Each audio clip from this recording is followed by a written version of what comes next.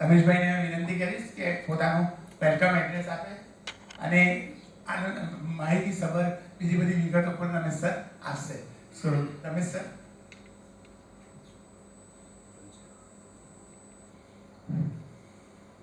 Good morning friends.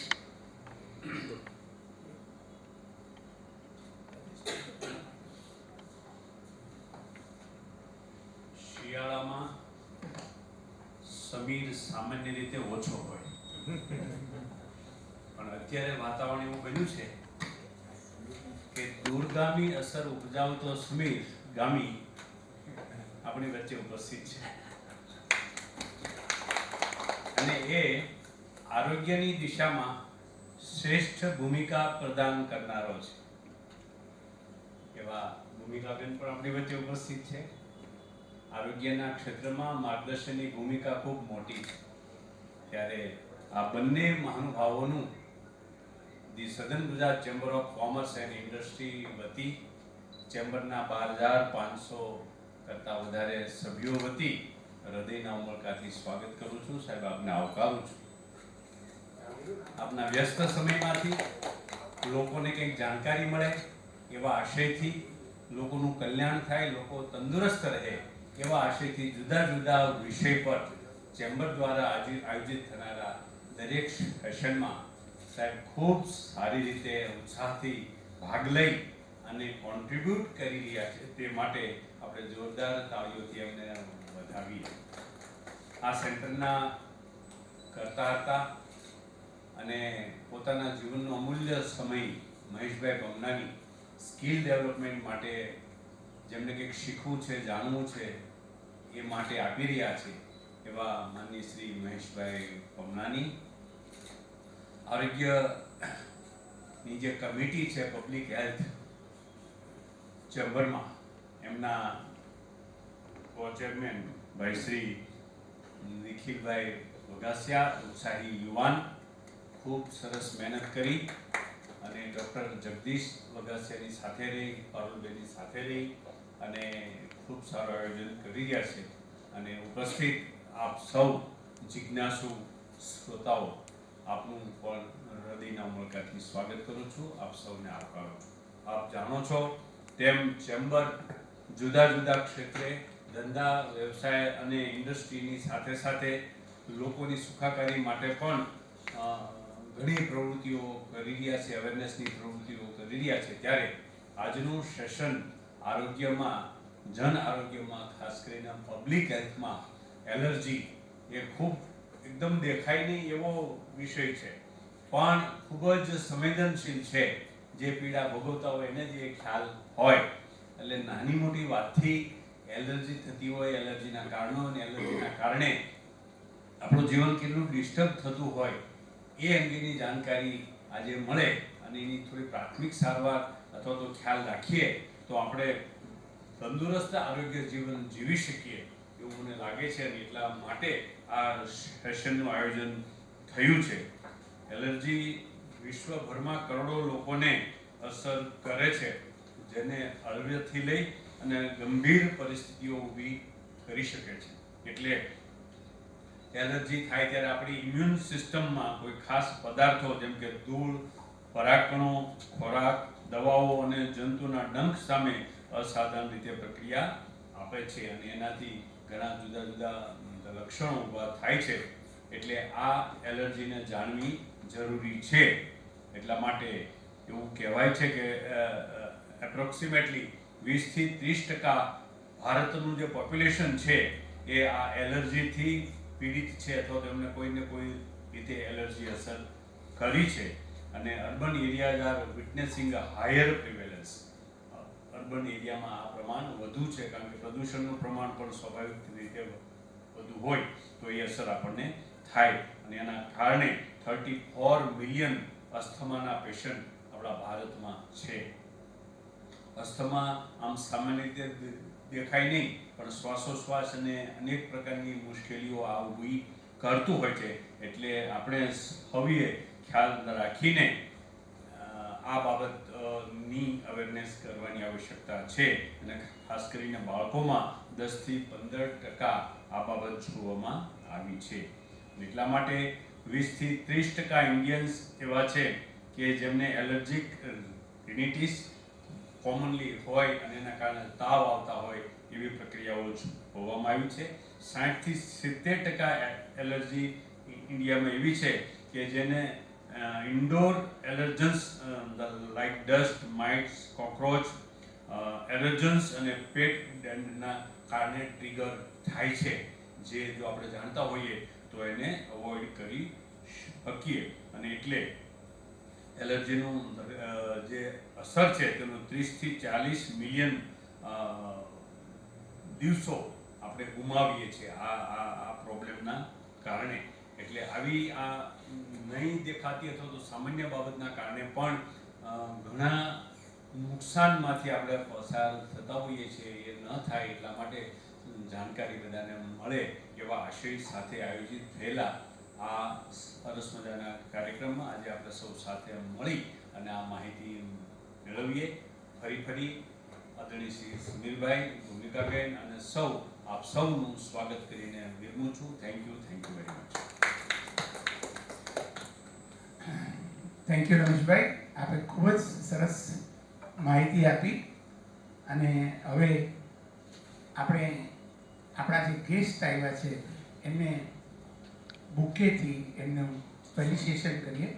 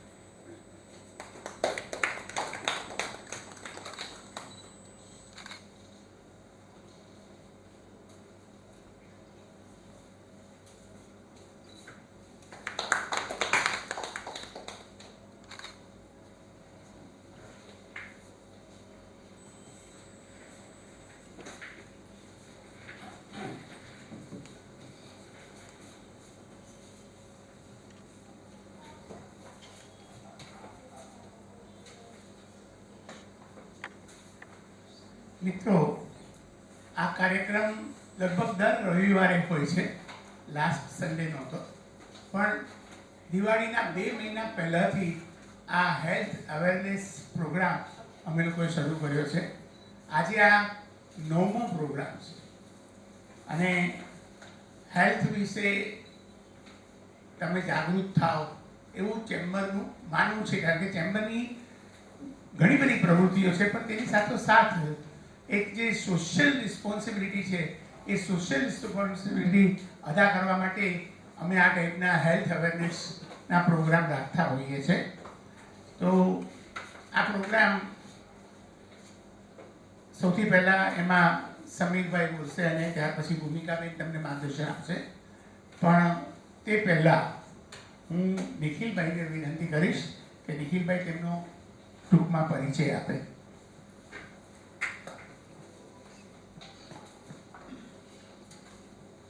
નમસ્કાર, મને આનંદ થાય છે તમારો પરિચય આપતા. આજના આપણા પહેલા સ્પીકર છે ડૉક્ટર સમીર ગામી, જેઓ એમડી ચેસ્ટ ફિઝિશિયન અને ઇન્ટેન્સિવિસ્ટ છે. તેઓ તેમનું એજ્યુકેશનમાં આપણે જોયું કે એમણે MBBS બીજે medical college and then MD એમણે બીજે મેડિકલ કોલેજમાંથી કરેલું છે. તેઓ ત્યાં ગોલ્ડ મેડલિસ્ટ રહી ચૂક્યા છે અને ત્યારબાદ તેમણે fellowship in critical care PD Hinduja hospital Mumbai જેમણે 2008માં ત્યાંથી કરેલું છે. ત્યારબાદ તેઓ અત્યારે હાલ ડિરેક્ટર તરીકે સુરતની 6 ઇન્સ્ટિટ્યૂટની અંદર ફરજ બજાવે છે, જેમાં unique hospital, unique multi speciality hospital જે 103 બેડની છે. ત્યારબાદ unity hospital and ICU 128 bed, united green hospital 120 bed, unison health checkup and diagnostic જ્યાં હેલ્થ રિલેટેડ બધા ચેકઅપ થાય છે. અને ત્યારબાદ તેમનું સરનું પર્સનલ ક્લિનિક છે Shivam chest clinic, allergy, asthma and sleep medicine. તેઓને SWAC એશિયા ECMO કોન્ફરન્સની અંદર યંગ સાયન્ટિસ્ટ એવોર્ડ પ્રાપ્ત કરેલ છે. અને તેઓ હાલમાં ટીચર તરીકે IDCCM critical care program, DNB respiratory medicine અને ECMO in Gujarat, first ECMO in Gujarat એટલે આર્ટિફિશિયલ લંગ્સ એન્ડ હાર્ટના જેવો ટીચર છે. મતલબ તેઓ સ્ટુડન્ટને ભણાવે છે, એની અંદરમાં સ્ટુડન્ટ ભણે છે. અને સર છેલ્લા 14 વર્ષથી આ ફિલ્ડ સાથે બહોળો અનુભવ ધરાવે છે અને સુરતના નામાંકિત ચેસ્ટ ફિઝિશિયનમાંના એક ફિઝિશિયન છે. Thank you. Good morning. Preferred language Gujarati બધા કે કોઈ હિન્દી? ગુજરાતી તો વધારે સારું પડશે આપણને. માતૃભાષા કહીને તો મારી તો માત્ર એટલે ઇંગ્લિશ આપણે બોલી શકીએ, પણ વિચારવું તો આપણે ગુજરાતીમાં જ પડે. અને જેમાં વિચારીએ એમાં બોલીએ તો વધારે આપણે કોમ્યુનિકેટ કરી શકીએ. એટલે મારી ઈચ્છા એવી ખરી કે ભાઈ લેક્ચર લેવા કરતાં આપણે ડિસ્કશન થોડું વધારે કરીએ કે ભાઈ એલર્જી શું છે, શું નથી. અને મેડિકલ ટર્મમાં લેક્ચર આપવું એ ઇઝી છે, પણ સામાન્ય ભાષામાં કે ભાઈ એલર્જી એટલે શું અને એલર્જીમાં શું કરવું ને શું નહીં કરવું, એટલી વસ્તુ જો આપણને ખબર પડી જાય તો પણ આ લેક્ચર એક વર્થ છે કે ભાઈ લેક્ચર થયું. તો આમાંથી આપણે હું પહેલાં કીધું ને કે ટીચરનો જીવ છે, હું એક ટીચરનો પુત્ર છું, તો મને પણ એક્ઝામ લેવાનો ને એવો તો થોડો વધારે શોખ છે. તો આપણે ડિસ્કશન વધારે કરશું, રાતે હું ભણાવ્યા રાખું એનો મતલબ નથી. તો એલર્જી જેમ રમેશભાઈ કીધું કે નેક્સ્ટ 10 વર્ષમાં એલર્જીમાં જો કોઈ દેશ આગળ પડતો હશે, આપણે મોદીજીએ કીધું છે કે made in India, vocal for local, એમ એલર્જીમાં પણ વોકલ ફોર લોકલ અને મેડ ઇન ઇન્ડિયા શરૂ થઈ ગયું છે. એનો સૌથી મહત્વનો ભાગ ભજવ્યો હોય કોઈ તો કોરોના અને સ્ટરીલિયમ છે. અત્યારે વર્લ્ડમાં સૌથી વધુ એલર્જી જોવા મળે તો ઓસ્ટ્રેલિયા, કેનેડા, ઠંડા પ્રદેશોમાં કે જે ડેવલપ કન્ટ્રી છે. ઇન્ડિયા 10 વર્ષ પછી એલર્જીનું હબ હશે પૂરા વર્લ્ડમાં. એટલે આખા વર્લ્ડના સૌથી વધુ એલર્જી પેશન્ટ ઇન્ડિયામાં હશે, જેનું કારણ જેમ સાહેબે કીધું કે અર્બનાઇઝેશન વધી ગયું છે. હું જ્યારે નાનો હતો ને તો નીચે મમરા પડ્યા હોય ને તો હું ખાઈ લેતો. હવે નીચે મમરા પડ્યા હોય ને તો મારી વાઈફ મારા દીકરાને ખાવા નહીં દે કે ગંદુ છે, સીટ ડટી, એટલે કોઈ ખાતું નથી. બીજું કે જેવો સ્કૂલેથી આવે ને એટલે સ્ટરીલિયમ પોકેટમાં જ હોય, કે થિયેટરમાં જાય ને તો સીટમાં બેસતા પહેલા આમ સ્ટરીલિયમ લગાડીને બેસે. એટલે આ બધી જે પ્રવૃત્તિઓ છે ને એ આપણા નેચરલ બેક્ટેરિયા અને નેચરલ ઇમ્યુનિટીને કિલ કરે છે. સૌથી સારું જો આપણે અત્યારે બધાના ઘરમાં આરસ, માર્બલ, વુડન ફ્લોરિંગ, આ બધું એલર્જી પ્રિવેન્ટ નથી કરતું, આ બધું એલર્જી વધારે છે. સૌથી સારું જો એલર્જી પ્રિવેન્ટ કરતું હોય ને તો આપણે ગામડામાં જે લીપણ કરતા ને એ એન્ટી એલર્જીક છે. એટલે આ બધી વસ્તુ ધીમે ધીમે જવા માંડી. નાનપણમાં અત્યારે મારો દીકરો એમની રેડી, હું પ્રયાગ મારા ફ્રેન્ડના સનને બોલાવો રમવા, મને પણ તમે રૂમમાં બી રમવાનો તો ઓનલાઈન જ છો ને, એકબીજાના મોબાઈલ જોડે છે, તો એકબીજાના ઘરેથી રમી લો. કે જે નીચે રમવા જવાનું, ધૂળમાં રમવાનું બાળપણમાં, આ બધી વસ્તુ શું કરતી કે આપણને એક એક્સપોઝર આપતી એલર્જનને નાનપણમાં. એ એક્સપોઝર જ્યારે આવે ને ત્યારે બોડીમાં એન્ટીબોડી ડેવલપ થાય. એટલે જે મોસ્ટ કોમન તમે 8 થી 9 એલર્જન ગણો તેમાં સૌથી ફર્સ્ટ ઇઝ ધૂળ એટલે dust might. Second food, pollen એટલે પરાગરજ. પછી એપિથેલિયા એટલે કે જે ગાય, ડોગ, કેટ એના જે ફર હોય એ બધી વસ્તુ. ઇન્સેક્ટ એટલે કે જે મચ્છર, માખી અને ફૂડ, આ બધી વસ્તુની સૌથી વધુ એલર્જી થાય. આ બધી વસ્તુનું એક્સપોઝર નાનપણમાં પહેલાના જમાનામાં મળતું, હવે એ બધું બંધ થયું. એટલે નાનપણમાં જ એલર્જીની સામે એન્ટીબોડી ડેવલપ નહીં થયા અને એટલે જ મોટા થઈને એલર્જી વધતી છે.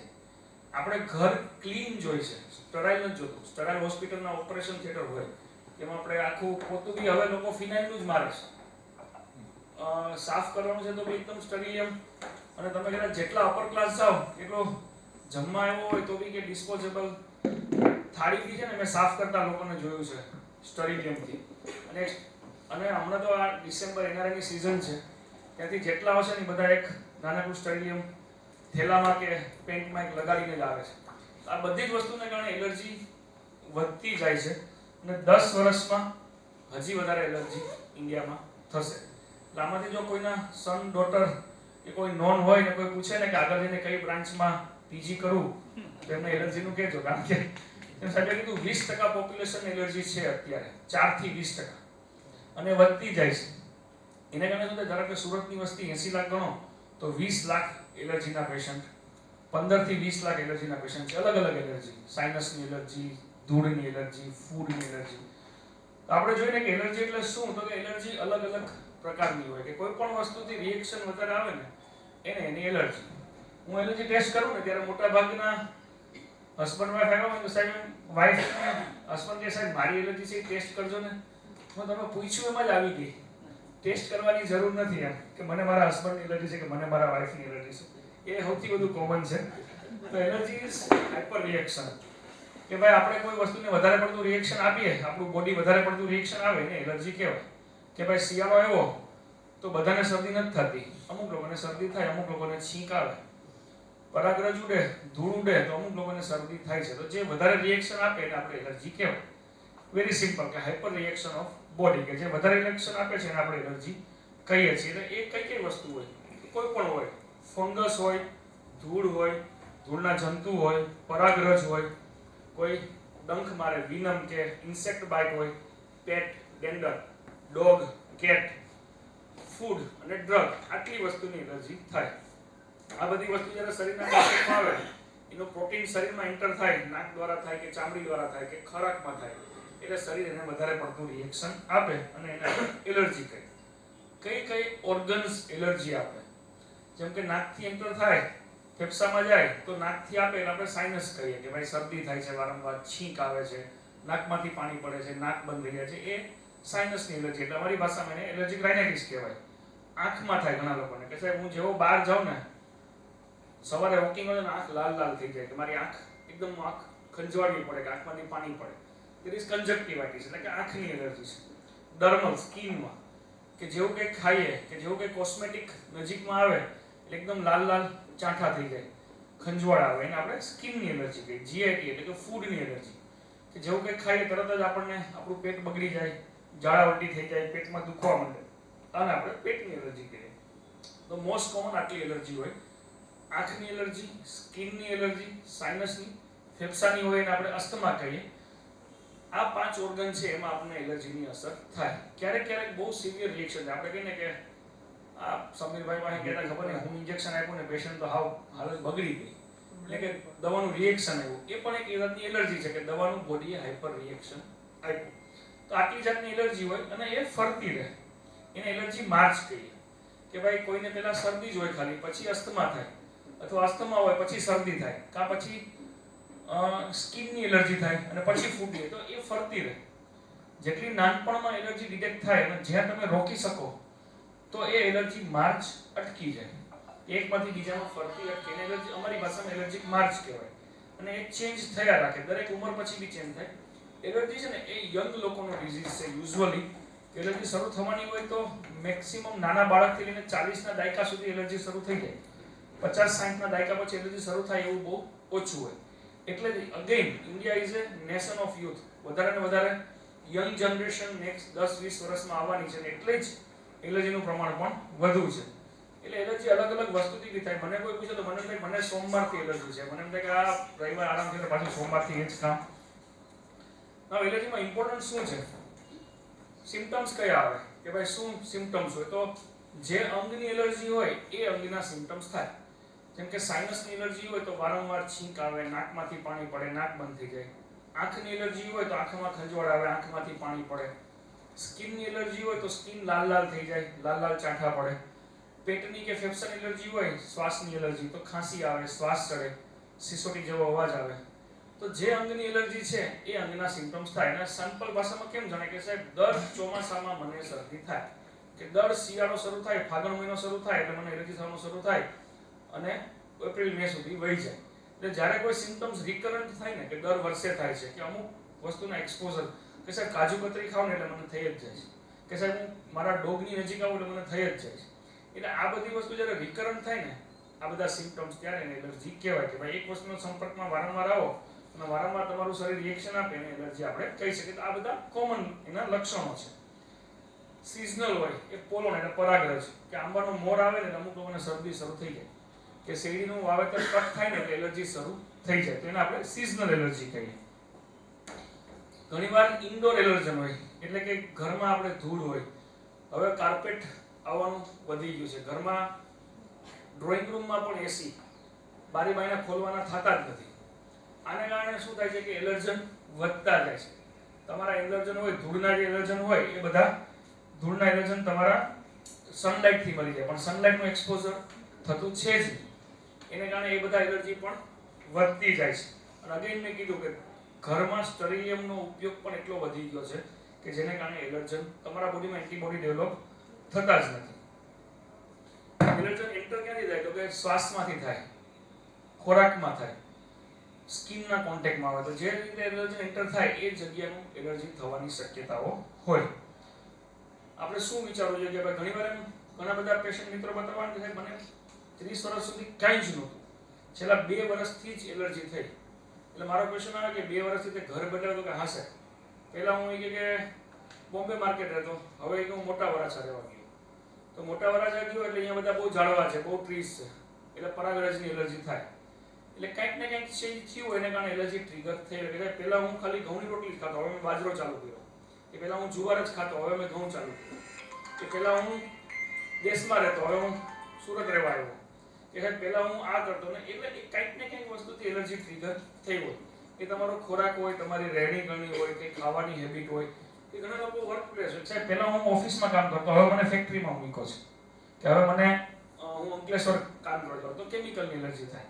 એટલે કંઈક ને કંઈક ચેન્જ થયું હોય એને કારણે એલર્જી થઈ શકે. એલર્જીમાં મેઇનલી રિપોર્ટ કરતા હિસ્ટ્રી ટેકિંગ, એટલે કે પેશન્ટને પૂછવાની અગત્યતા વધારે છે. ઘણા લોકો કહે સાહેબ પહેલાં મને કાંઈ નહોતું, હવે રાત્રે શું ને એટલે મને એલર્જી થાય છે. તો આપણે કઈ રીતે ગાદલું બદલાવ? તો કે હા સાહેબ પહેલાં હું છે ને રૂમનું ગાદલો પડતો, હવે મેં મેટ્રેસ વાપરવાનું ચાલુ કર્યું છે. કે પહેલાં હું અહીંયા સૂતો, હવે મેં ખાટલા ઉપર સૂવાનું ચાલુ કર્યું. એટલે એ ગાદલામાંથી મેટ્રેસમાં કંઈક ને કંઈક ડસ્ટ માઇટ છે કે બગ છે, એને કારણે એલર્જી થાય છે. Usually allergy is a clinical diagnosis, કે તમારે પેશન્ટની હિસ્ટ્રી તમે જેટલી વધારે જાણો. એક પેશન્ટની મેં એલર્જી ટેસ્ટ કરી, એકદમ ઇન્ફ્લુઅન્ટ ક્લાસ, ઘોડદોડ ઉપર રહે, એકદમ આમ એનઆરઆઈ ઇંગ્લિશમાં, doctor I don't have anything. We did the allergy test, he said કે એને બફેલોની એલર્જી છે. એટલે કે doctor I am driving Mercedes and I don't have any contact with buffalo, how can I have an buffalo allergy? But strong allergy ને બફેલોની. તેને ask again. And he says, I am a fitness freak. I do for a jogging and walking daily in the morning. હવે એ ભાઈ જે જોગિંગમાં જાય છે ને અહીંયા તબેલા છે બેટા. એટલે મેં કીધું તમે જોગિંગનો રૂટ બદલાવી નાખો, એની એલર્જી બંધ થઈ ગઈ. એટલે history taking is most important. ઘણીવાર આપણને એક્સપોઝરમાં ખબર ના પડે કે ભાઈ આને કયા જગ્યાએ એક્સપોઝર થતું હશે, but that is possible. You have to ask and ask. તો past history is very important. બીજું ફેમિલી. ઘણા બધાના ક્વેશ્ચન હોય કે સાહેબ મને એલર્જી છે, મારા દીકરા દીકરીને આવશે કે નહીં, કે વારસામાં આવી. 2-3 વખત તો એવું થયું છે કે સગાઈ કરતા પહેલા મને બતાવ્યા કે સાહેબ સામેવાળા છે એ વેવાય થવાના છે ને, વેવાયની એલર્જી તો એને આવશે કે નહીં? તો મેં કીધું ભાઈ વેવાયની એલર્જી આવશે. એટલે આ બધી વસ્તુ એટલે મેં કીધું ભાઈ વેવાયની એલર્જી આવે કે ન આવે દીકરાને, પણ દીકરાના લક્ષણો બરાબર છે ને. એવું નથી ને પછી સાંજે માવો ચોરતો હોય એનું ટેન્શન નથી, પણ એલર્જીનું ટેન્શન છે. એ બધું ભાઈ માવા ચોરવાથી કે સિગરેટ પરથી કેન્સર આવશે એ તમે પહેલા વિચારી લો, એલર્જીનું પછી આપણે વિચારશું. તો પણ નહીં, 25 થી 30% ચાન્સ જ હોય, વધારે ચાન્સ નહીં હોય. કોઈ પેરેન્ટ્સને હોય, બંને પેરેન્ટ્સને હોય તો 50% ચાન્સ હોય, કોઈ એક પેરેન્ટને હોય તો 25% ચાન્સ હોય. એટલે બધાને આવે એવું જરૂરી નથી. એવું નથી કે ભાઈ માતા પિતાને છે એટલે બાળકને આવશે છે. 25 થી 30% ચાન્સ છે, આપણો વારો 25%માં આવે તો છે, નહીં આવે તો નથી. પેશન્ટ શું ખાય છે, પહેરવા ઓઢવાનું શું છે, ક્યાં કામ કરે છે, આ બધી વસ્તુ બહુ જ ઇમ્પોર્ટન્ટ છે. કારણ કે એલર્જી કોઈ ને કોઈ વસ્તુથી થાય. એ કઈ વસ્તુ છે એ જાણવા માટે તમારી પેશન્ટની લાઈફસ્ટાઈલ, પેશન્ટનું રહેણી કરણી, ખાવા પીવાની વાત, રમવાની. હમણાં ને અત્યારે પેલો જે ફાઉન્ટેન હેડ ને ડીપીએસ ને બધું ને એમાં ફૂટબોલનો ક્રેઝ એટલો આવ્યો છે ને, કેટલા છોકરાઓને ઘાસની એલર્જી સૌથી વધુ કોમન હોય. એમ કે ભાઈ 4-5 વર્ષ સુધી સાહેબ કાંઈ જ નહોતું, હવે છેલ્લા 1 વર્ષથી એમ ખાંસી બંધ જ નથી થતી.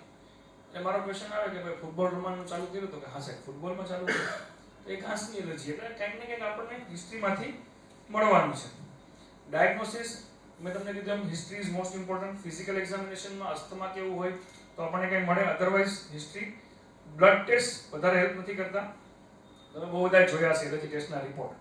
એ બધા રિપોર્ટનો બહુ વધારે મતલબ હોતો નથી. આવી એક ઘણી બધી તો આપણે જોઈએ છે કે ભાઈ એલર્જીનો કેમ્પ, આ બધી ટેસ્ટથી આ બધી ટેસ્ટ લઈને ઘણા સાહેબ મને ટમેટાની એલર્જી આવી, હું તમારી ઉંમર તો કે 42 વર્ષ, ટમેટા ખાવાનું તો કે 40 વર્ષથી, તમે તો નહીં હોય ને, 40 વર્ષથી તમે ખાવ છો, તમને એલર્જી 2 વર્ષથી થઈ છે.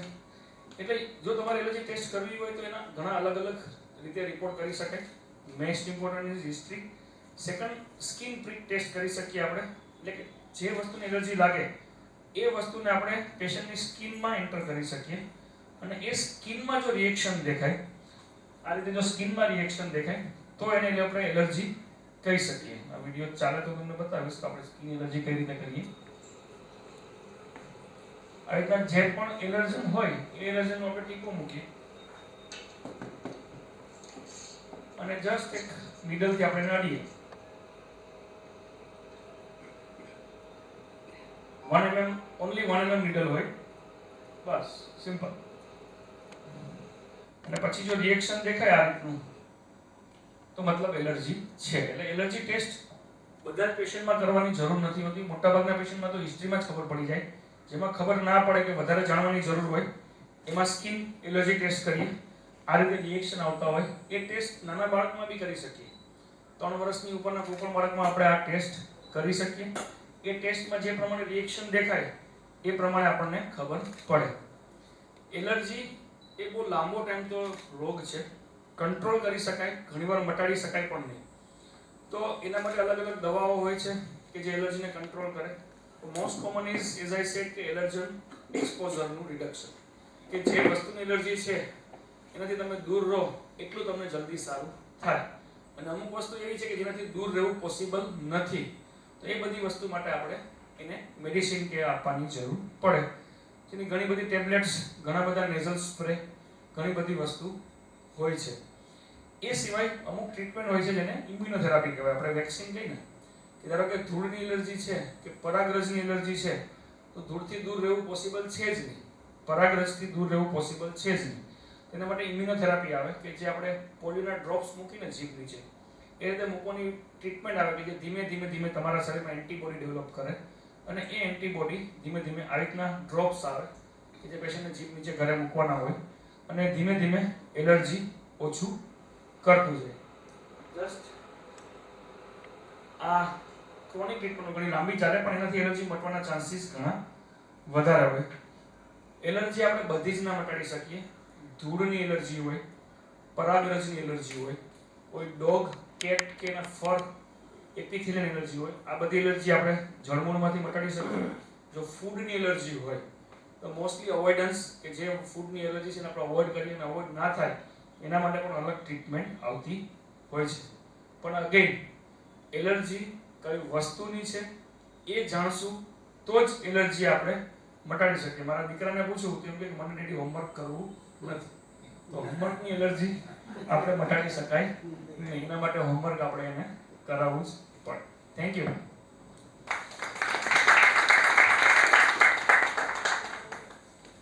સર, સુંદર મજાનું વ્યાખ્યાન આપ્યું તમે, ઘણી બધી માહિતી આપી, અમારા એક્સપેક્ટેશન કરતાં પણ ખૂબ વધારે. તો મિત્રો કોઈ સવાલ કરવા હોય સાહેબને? તમે લોકો નહીં કરો તો હું છેલ્લે કરીશ. લેક્ચર આપ્યા પછી આવડું કે નહીં.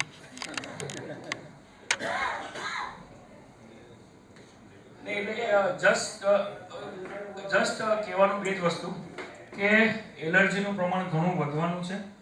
ઇન્ડિયામાં સૌથી વધુ વધવાનું છે નેક્સ્ટ 10 વર્ષમાં. આપણે જાણીએ, આપણે સ્વચ્છતાના આગ્રહી છીએ પણ સ્ટરાઇલ એન્વાયરમેન્ટના નહીં. એટલે આ લેક્ચરથી ખાલી એક બે વસ્તુ જાણવી હોય કે આપણે આપણું જે સાયન્સ જે હતું ને, મૂળભૂત સાયન્સ, એ ખરેખર એન્ટી એલર્જી અને વેસ્ટર્ન વર્લ્ડ હવે એ ફોલો કરે છે કે નાની ઉંમરથી જ આ બધી વસ્તુ આપવાની, આ બધી વસ્તુ આપવાની. અને ઇટ્સ વેરી કોમન ડિઝીઝ. એને ઇગ્નોર નહીં કરવો જોઈએ, કારણ કે ઇગ્નોર કરવાથી વધતો જાય અને જેટલું જલ્દી આપણે એને કવર કરીએ એટલી જલ્દી સારા રિઝલ્ટ મળે. Thank you very much. Please સનની એલર્જી બી થાય છે. હા, ફોટો સેન્સિટિવિટી. સર, એ you have to avoid the sun exposure અને સનસ્ક્રીન. પણ એમાં પેલું જે સ્કીમ ને એવું આવે છે સનસ્ક્રીન ને એવું હા, કેટલું છે? એપ્લાય કરી શકાય યસ સન પ્રોટેક્ટિવ એટલે એને ફોટો સેન્સિટિવિટી કહેવાય. હા એને ફોટો સેન્સિટિવિટી કહેવાય. ઇટ્સ નોટ એકચ્યુઅલ એલર્જી પણ ઇટ્સ એ ફોટો સેન્સિટિવ. તમારું સ્કિન છે એના અમુક મેલાનિન છે એ સન રેઝ થી વધારે લાલ થઈ જાય છે. પણ એના માટે સનસ્ક્રીન અને ફૂલ સ્લીવ સર બધા જ અલગ અલગ પ્રોડક્ટ એટલે દરેક કંપનીના અલગ અલગ છે. દરેક માણસને અલગ અલગ સનસ્ક્રીન શૂટ કરે છે એટલે બાય એની ઓથેન્ટિક એમાં કોઈ આ સારું ના ખરાબ એવું એને નથી. માટે સ્કિન સ્પેશિયાલિસ્ટને બતાવવાની જરૂર ખરી સર ટ્રીટમેન્ટમાં તો એ જ આવશે અવોઇડન્સ ઓફ એક્સપોઝર. હા એની કોઈ પર્ટિક્યુલર ફાર્મેકોથેરાપી એટલે કે ટેબ્લેટ કે કોઈ દવા ટ્રીટમેન્ટ નથી. કારણ કે રેસીસ બહુ થઈ જાય હા એટલે you two avoid the son and sunscreen. હા સર તમે સર. આપ કહો છો કે ભારત આવનારા થોડા વર્ષોમાં હબ બનશે આનું યસ સર. એલર્જીક ડિઝીઝનું, તો એનું રીઝન બિહાઇન્ડ ધેટ શું લાગે છે આપને? Sir most common is urbanisation. જે અત્યારે જે કન્ટ્રી હબ છે એ બધા અર્બન કન્ટ્રી છે, ડેવલપ કન્ટ્રી છે. Australia, Canada, USA. એ ભારતમાં અર્બનાઇઝેશન વધતું જાય છે. અને second is sir allergen exposure એટલે કે ડસ્ટનું એક્સપોઝર ઇન્ડિયામાં વધતું જાય છે. પોલોન્સ એ બધાનું વધતું જાય છે. એને કારણે પ્રિડિક્શન કે ઇન્ડિયામાં એલર્જન ડિઝીઝ વધશે. પોલ્યુશનના કારણે પણ. Yes pollution. બીજો પ્રશ્ન સાહેબ એ છે કે સામાન્ય રીતે આપણે એવું કહેવાય છે કે એન્ટીબોડી બને એટલે પછી આગળના સમયમાં એ પ્રશ્ન ઓછો આવે. યસ તો બાળક માટીમાં રમતું હોય અને એ રીતે એનો ઉછેર થયો હોય તો આગળ ઉપર એની ચાન્સીસ ઓછા છે એલર્જી થવાના ચાન્સીસ તો ઓછા એક બાજુ આપણે એવું કહેતા હોઈએ છીએ કે ગંદામાં સર માટીમાં રમવું નહીં કે એટલે એકદમ ગદગામાં નહીં પણ નહીં ડેફિનેટલી કે બાળક ધૂળમાં રમે ને નાની ઉંમરે હા, હા. એનાથી એલર્જીના ચાન્સીસ તો ઘટવાના છે. ઇન્ફેક્શન એ બધા ડિઝીઝ હવે પોલિયો છે, ટાઇફોઇડ છે, બધા વેક્સિનને કારણે ઘણા બધા ઓછા થઈ ગયા છે. એટલે આપણે ડેવલપિંગ કન્ટ્રીમાંથી ડેવલપ કન્ટ્રીમાં જઈ રહ્યા છે એટલા માટે જ તમે ડિઝીઝ જોવો તો લાઇફસ્ટાઇલ ડિઝીઝ વધતા જાય છે. અને જે allergy is also lifestyle disease. એટલે આપણે ત્યાં હવે મલેરિયા, ડેન્ગ્યુ, ટાઇફોઇડ, ટીબી એ બધું ઘટતું જાય છે. લાઇફસ્ટાઇલ ડિઝીઝ એટલે કે ડાયાબિટીસ, બ્લડ પ્રેશર, સ્ટ્રેસને કારણે થાય એલર્જી એ બધા વધતા જાય છે. Yes please. સર તમે પહેલા શું કીધું ખબર નથી, હું હમણાં જ આવ્યો. હા.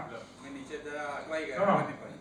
હવે મારો પ્રશ્ન એ છે કે એલોવેરા ક્રીમ બાબતે તમારે શું કહેવું છે? Sir it's a natural thing. એટલે એલોવેરાના ઘણા બધા એન્ટી એલર્જીક, એન્ટી ઇન્ફ્લેમેટરી ગુણ છે પણ એ ટ્રીટમેન્ટ નથી. તમને બચાવી શકે સનરાઈઝ થી, તમારી સ્કિન માટે હેલ્ધી છે.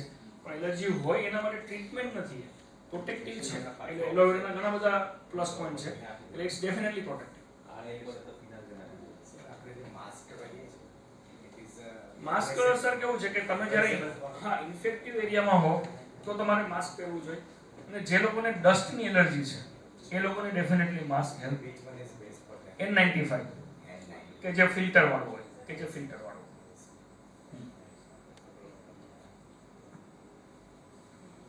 Thank you very much. Please mic up.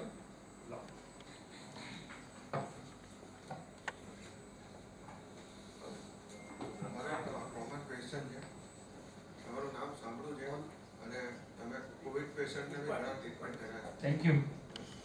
મારે એકચ્યુઅલી શું છે, આ તો એક તમે ડૉક્ટર છો પણ એક જિજ્ઞાસા વાત પૂછું છું.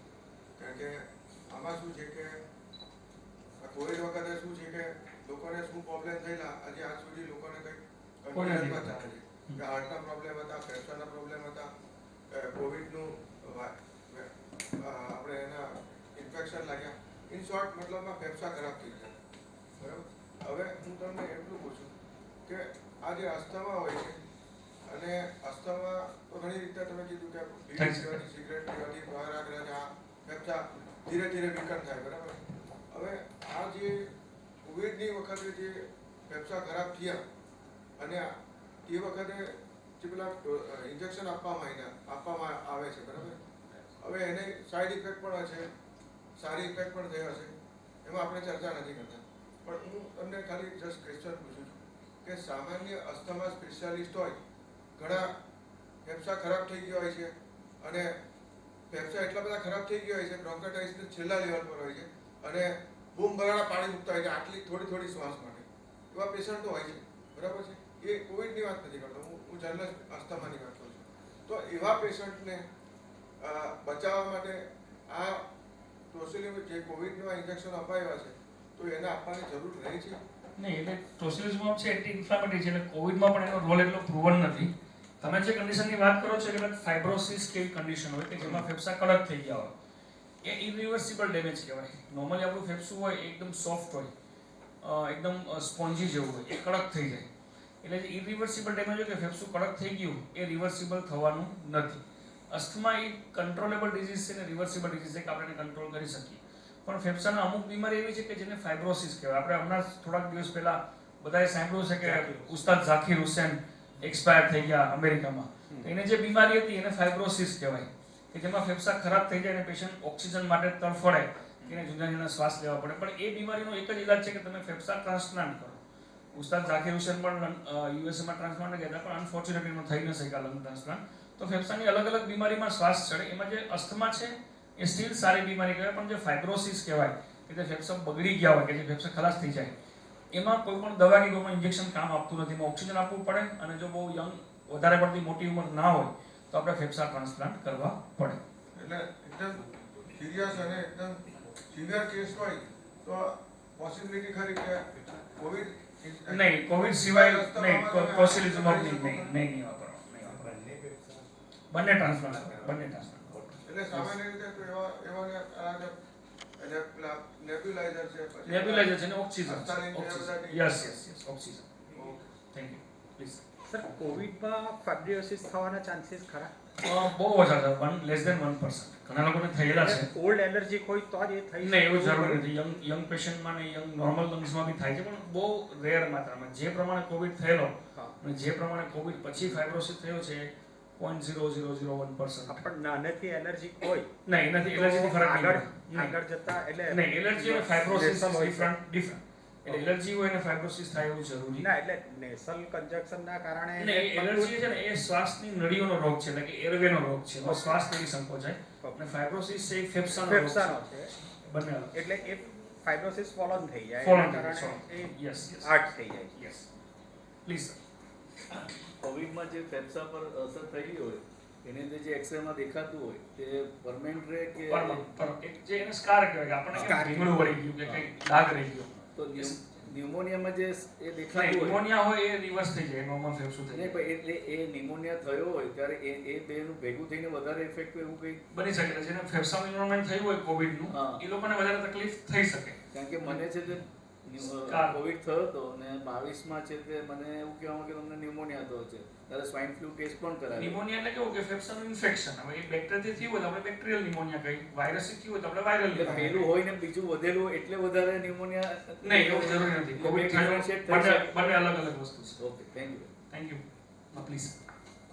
કોવિડ ના થયો છતાંય પલ્મોનરી ફાઇબ્રોસિસ થાય હા, એ પોસિબલ છે સર. હા થઈ શકે? હા સર, એટલે કોવિડ અને પલ્મોનરી ફાઇબ્રોસિસ તો ઘણા વર્ષોથી છે, 200-300 વર્ષ. અચ્છા, કોવિડ તો હમણાં આવ્યો. પલ્મોનરી ફાઇબ્રોસિસના બહુ બધા રીઝન છે, બહુ બધા. Covid is one of them. અચ્છા. એ ખાલી કોવિડને કારણે થાય એવું નથી. કોવિડને કારણે થાય એવું નહીં. નથી? કોવિડ ના થયો તો બી થઈ શકે? હા સર, મોસ્ટ કોમન, બહુ કોમન છે, બહુ જ કોમન છે. અને એના માટે કોઈ ટ્રીટમેન્ટ? સર, ટ્રીટમેન્ટ સ્ટીરોઇડ છે, ઘણી બધી દવાઓ આવે, પણ એ આગળ વધતો તમે અટકાવી શકો, એને પાછળ ઇરિવર્સિબલ છે. તમે ધીમો પાડી શકો. ઇડિયોપેથિક. Thank you. પલ્મોનરી એમ્બોલિઝમ ને અસ્થમાને કંઈ related? નહીં, પલ્મોનરી એમ્બોલિઝમ એ લોહીના જામવાની પ્રક્રિયાને કારણે થાય, એને અસ્થમાને કોઈ રીઝન નથી.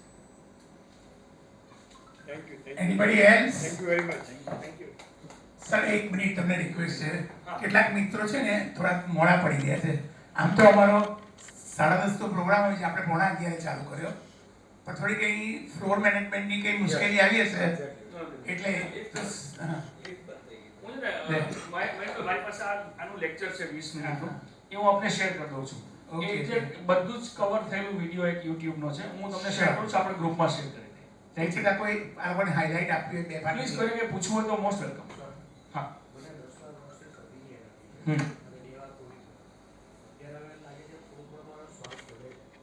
નહીં, કોવિડને નહીં, 10 વર્ષથી શરદી હોય ને શ્વાસ ચડતો હોય તો તમારે લંગ ફંક્શન ટેસ્ટ એટલે કે PFT કરાવવી જોઈએ, કે જે કદાચ અસ્થમાની શરૂઆત થતી. Thank you. प्लीज। मेरा क्वेश्चन ये है कि जिस तरह से आपने पहले बताया कि स्किन की एनर्जी होती है, मधुर की एनर्जी होती है, एलर्जी होती है, सॉरी, तो मुझे लगभग लास्ट 15 ईयर से एलर्जी है, पर आज तक मैं जान नहीं पाई हूँ किस चीज़ से हो रही है। मतलब आपको स्किन की है, साइड स्किन की है। हाँ। तो बहुत सारे डॉक्टर्स को दिखाया, जब तक टैबलेट्स ले रहे हैं तब तक इट्स ओके है भाई, चलो ठीक हुआ, पर कुछ समय के बाद वही रिएक्शन फिर से आते हैं। आपको और- कुछ खाने पीने से होता है? हाँ, तो डॉक्टर ने ये मुझे कहा था कि आथा हुआ नहीं खाओ, ये नहीं खाओ, खट्टाई नहीं खाओ, वो सब हमने छोड़ दिया। फिर भी हो रहा है? कुछ समय तक ऐसे लगा कि हाँ नहीं खाने से स्टॉप हो गया, लेकिन कुछ समय के बाद फिर से वो स्टार्ट हो तो गया। आपको स्किन एलर्जी टेस्ट करना चाहिए, स्किन प्रिक एलर्जी टेस्ट, उससे आपको मैं- कंफर्म पता चलेगा। सर, डॉक्टर ने ये भी कहा कि आप क्लोथ चेंज करो, कि टाइट फिटिंग वाले जो क्लोथ्स होते हैं उससे भी होते हैं। नहीं, उससे यूजुअली जहाँ पहनते हो वहीं होते हैं, हाँ। पूरे बॉडी में नहीं होंगे उससे। हाँ, तो वो मैंने नोट किया कि जब से कॉटन वेयर स्टार्ट किया तब से ओके है। There is contact dermatitis. हाँ, तो ये भी सर पॉसिबल नहीं है ना कि हमेशा ही हम कॉटन वेयर कर सके, तो उसका कोई मतलब नहीं, उसका इलाज ये है कि फर्स्ट ऑफ ऑल अगर आपको सिर्फ उसी चीज से then you have to follow this, otherwise you have to take tablet. But उसके अलावा कोई चीज है कि भाई उसके अलावा आपको पाम में होता है, फोरआर्म में होता है, then you should go for allergy test. और अगर आपको वहाँ नहीं हो रहा है, जहाँ टाइट फिटिंग क्लॉथ से वहीं हो रहा है, तो फिर आपको वो अवॉइड ही करना पड़ेगा। कि it's a tendency, it's a bodies tendency, आप उसको कंट्रोल कर सकते हो, उसको जीरो करना पॉसिबल सब में नहीं होता। जब वो कपड़े पहनते हो तब तब वो एंटी एलर्जिक टैबलेट ले लो, तब वो टेबलेट एंटी एलर्जिक टैबलेट तब ले लेने की जब आप वो कपड़े पहनते हो, उसके पहले एडवांस में ले लो प्रोफाइलेक्टिक। ठीक है, thank you very much. Sir, पिछले 30 साल से बॉडी को कोई भी चीज़ माफक अगर नहीं आ रही है, चाहे वो खाना हो, चाहे वो एटमॉस्फेयर हो, तो इमीडिएट एलर्जिक प्रॉब्लम आ जाती है। नहीं, कोई भी चीज में मतलब क्या चीज? डस्ट हुई, यस। परागकण हुए, खाने में कोई चीज़ ऐसी आ जाए जिसकी वजह से तुरंत रिएक्शन आ जाता है, नाक में से पानी शुरू हो जाता है। ये 30 साल से चल रहा है। इसका मैंने देखा कि वो डेरीफाइलिन इंजेक्शन देते हैं। डेरीफाइलिन उस चीज के लिए इंजेक्शन नहीं है, डेरीफाइलिन स्मोकर्स के लिए है, जो स्मोकिंग वगैरह करते हैं उनके लिए। ये चीज के लिए टेबलेट देना होता है, बट वो नहीं, वो पेशेंट को देख के डिसाइड करना। Deriphyllin is not for this, but ये प्रॉपर एलर्जी कंसल्टेशन करने के बाद ही दवाई लेना चाहिए। क्योंकि वेल्स में देते हैं वो। नहीं, बट डेरीफाइलिन नहीं लेना चाहिए, एटलीस्ट नहीं, इतना आपको बोल सकता हूँ। बाकी क्या चीज़ है वो डिटेल में पूरा देख के बोलना चाहिए। એનીબડી સર પરફ્યુમની એલર્જી થાય છે? Sir, perfume is A trigger. Allergy અને ટ્રિગર બંને અલગ છે. જે વસ્તુમાં પ્રોટીન હોય એ જ વસ્તુની એલર્જી થાય. એટલે ધારો કે ઠંડુ પાણી છે કે પરફ્યુમ છે કે ઠંડી હવા છે, એ ટ્રિગર કહેવાય કે તમારા બોડીમાં જે એલર્જી છે તમે આ વસ્તુના કોન્ટેક્ટમાં આવો ત્યારે એલર્જી વધી જાય. એ વસ્તુની એલર્જી નહીં હોય, એ વસ્તુનું ટ્રિગર કહેવાય. એટલે પરફ્યુમ ઇઝ એ ટ્રિગર કે જે એલર્જી વધારે. પ્રાઇમરી એલર્જી તો કોઈ બીજી વસ્તુની જ હોય. Thank you. સો સાહેબે પોતાનું લેક્ચર પૂરું કર્યું છે. તાળીઓના ગડગડાટથી એમને વધાવી લઈએ.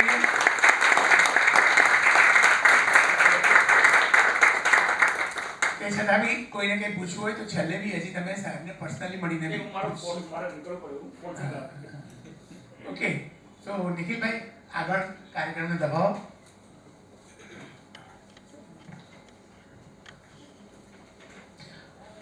આજના આપણા બીજા સ્પીકર છે ડોક્ટર ભૂમિકાબેન પટેલ, જેઓ કન્સલ્ટન્ટ રેસ્પિરોલોજિસ્ટ છે. જેઓએ MBBS ગવર્મેન્ટ મેડિકલ કોલેજ ભાવનગરથી કરેલું છે. ત્યારબાદ તેમણે MD respiratory medicine government medical college એ પણ ભાવનગરથી પણ કરેલું છે. ત્યારબાદ તેણે ડિપ્લોમા એલર્જી એન્ડ અસ્થમામાં ક્રિશ્ચિયન મેડિકલ કોલેજ વેલોરથી કરેલું છે. તેઓ અત્યારે હાલમાં આસિસ્ટન્ટ પ્રોફેસર તરીકે ન્યૂ સિવિલ મેડિકલ કોલેજ 2017 થી કાર્યરત છે સુરતમાં. અને ત્યારબાદ તેઓ પોસ્ટ ગ્રેજ્યુએટ ટીચિંગ એક્સપિરિયન્સ પણ ધરાવે છે સિન્સ 2022. તેઓ MD, જે સ્ટુડન્ટ MD કરતા હોય તેમને મેડમ ભણાવે છે. અને તેમના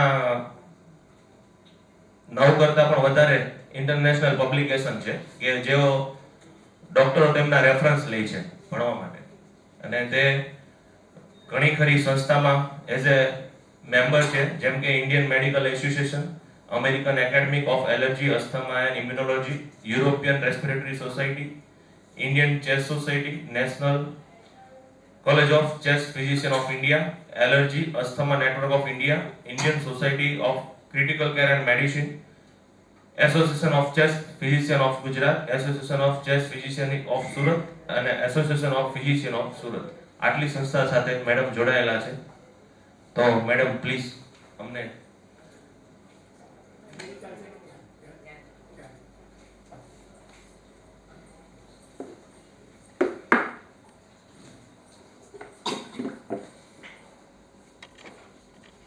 renowned allergy અને asthma specialist Dr.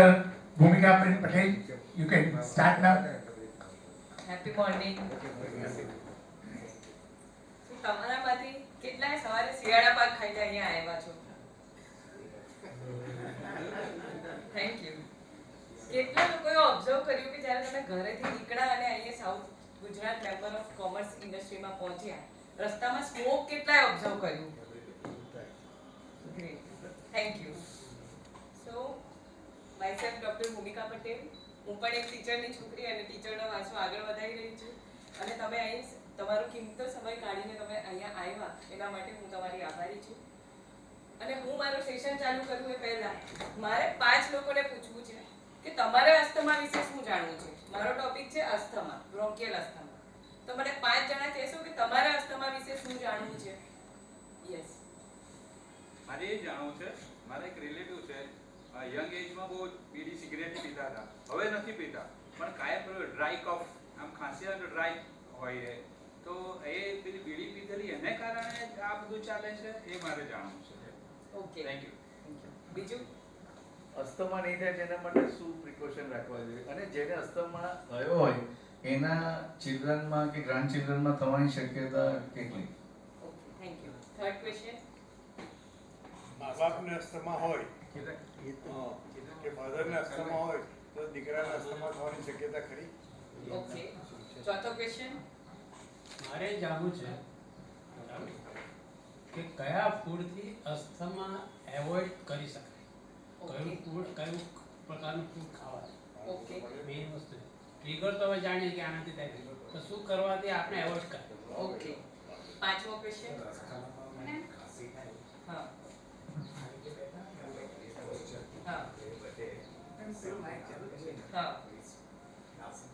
रिलीव था. ओके, मेरा क्वेश्चन ये है, जिसको अगर अस्थमा हो गया है हाँ तो उसका कंट्रोल कैसे हो सकता है? Okay, thank you. तो હું જે કવર કરીશ, મેં 10 જ પીપીટી બનાવી છે. હું સૌથી વધારે ઇન્ટરેક્ટિવ સેશન લેવાનું મને વધારે ગમે છે, અને જેથી મને જાણ પડે કે તમારું કેટલી માન્યતા છે અને કેટલી ગેરમાન્યતા છે અસ્થમા વિશે, તેના માટે હું આગળ વધીશ. સો વર્લ્ડમાં એટ વર્લ્ડ લેવલે વર્લ્ડ અસ્થમા ડે સેલિબ્રેટ થાય છે 7th મે 2024, અને આ વર્ષની થીમ છે અસ્થમા એજ્યુકેશન એમ્પાવર્સ. તમારો અસ્થમા તમારા હાથમાં, તમારે જાતે એમ્પાવરમેન્ટ આપવાનું છે તમારા પોતાના અસ્થમાને કંટ્રોલ કરવા માટે.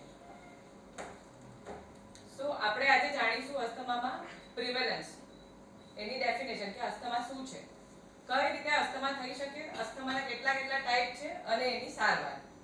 તમે બધા જ જાણો છો આ લંગ્સ, જે રેસ્પિરેટરી સિસ્ટમ્સ કહેવાય, એ લંગ્સ એટલા નથી, નાકથી ચાલુ થાય છે.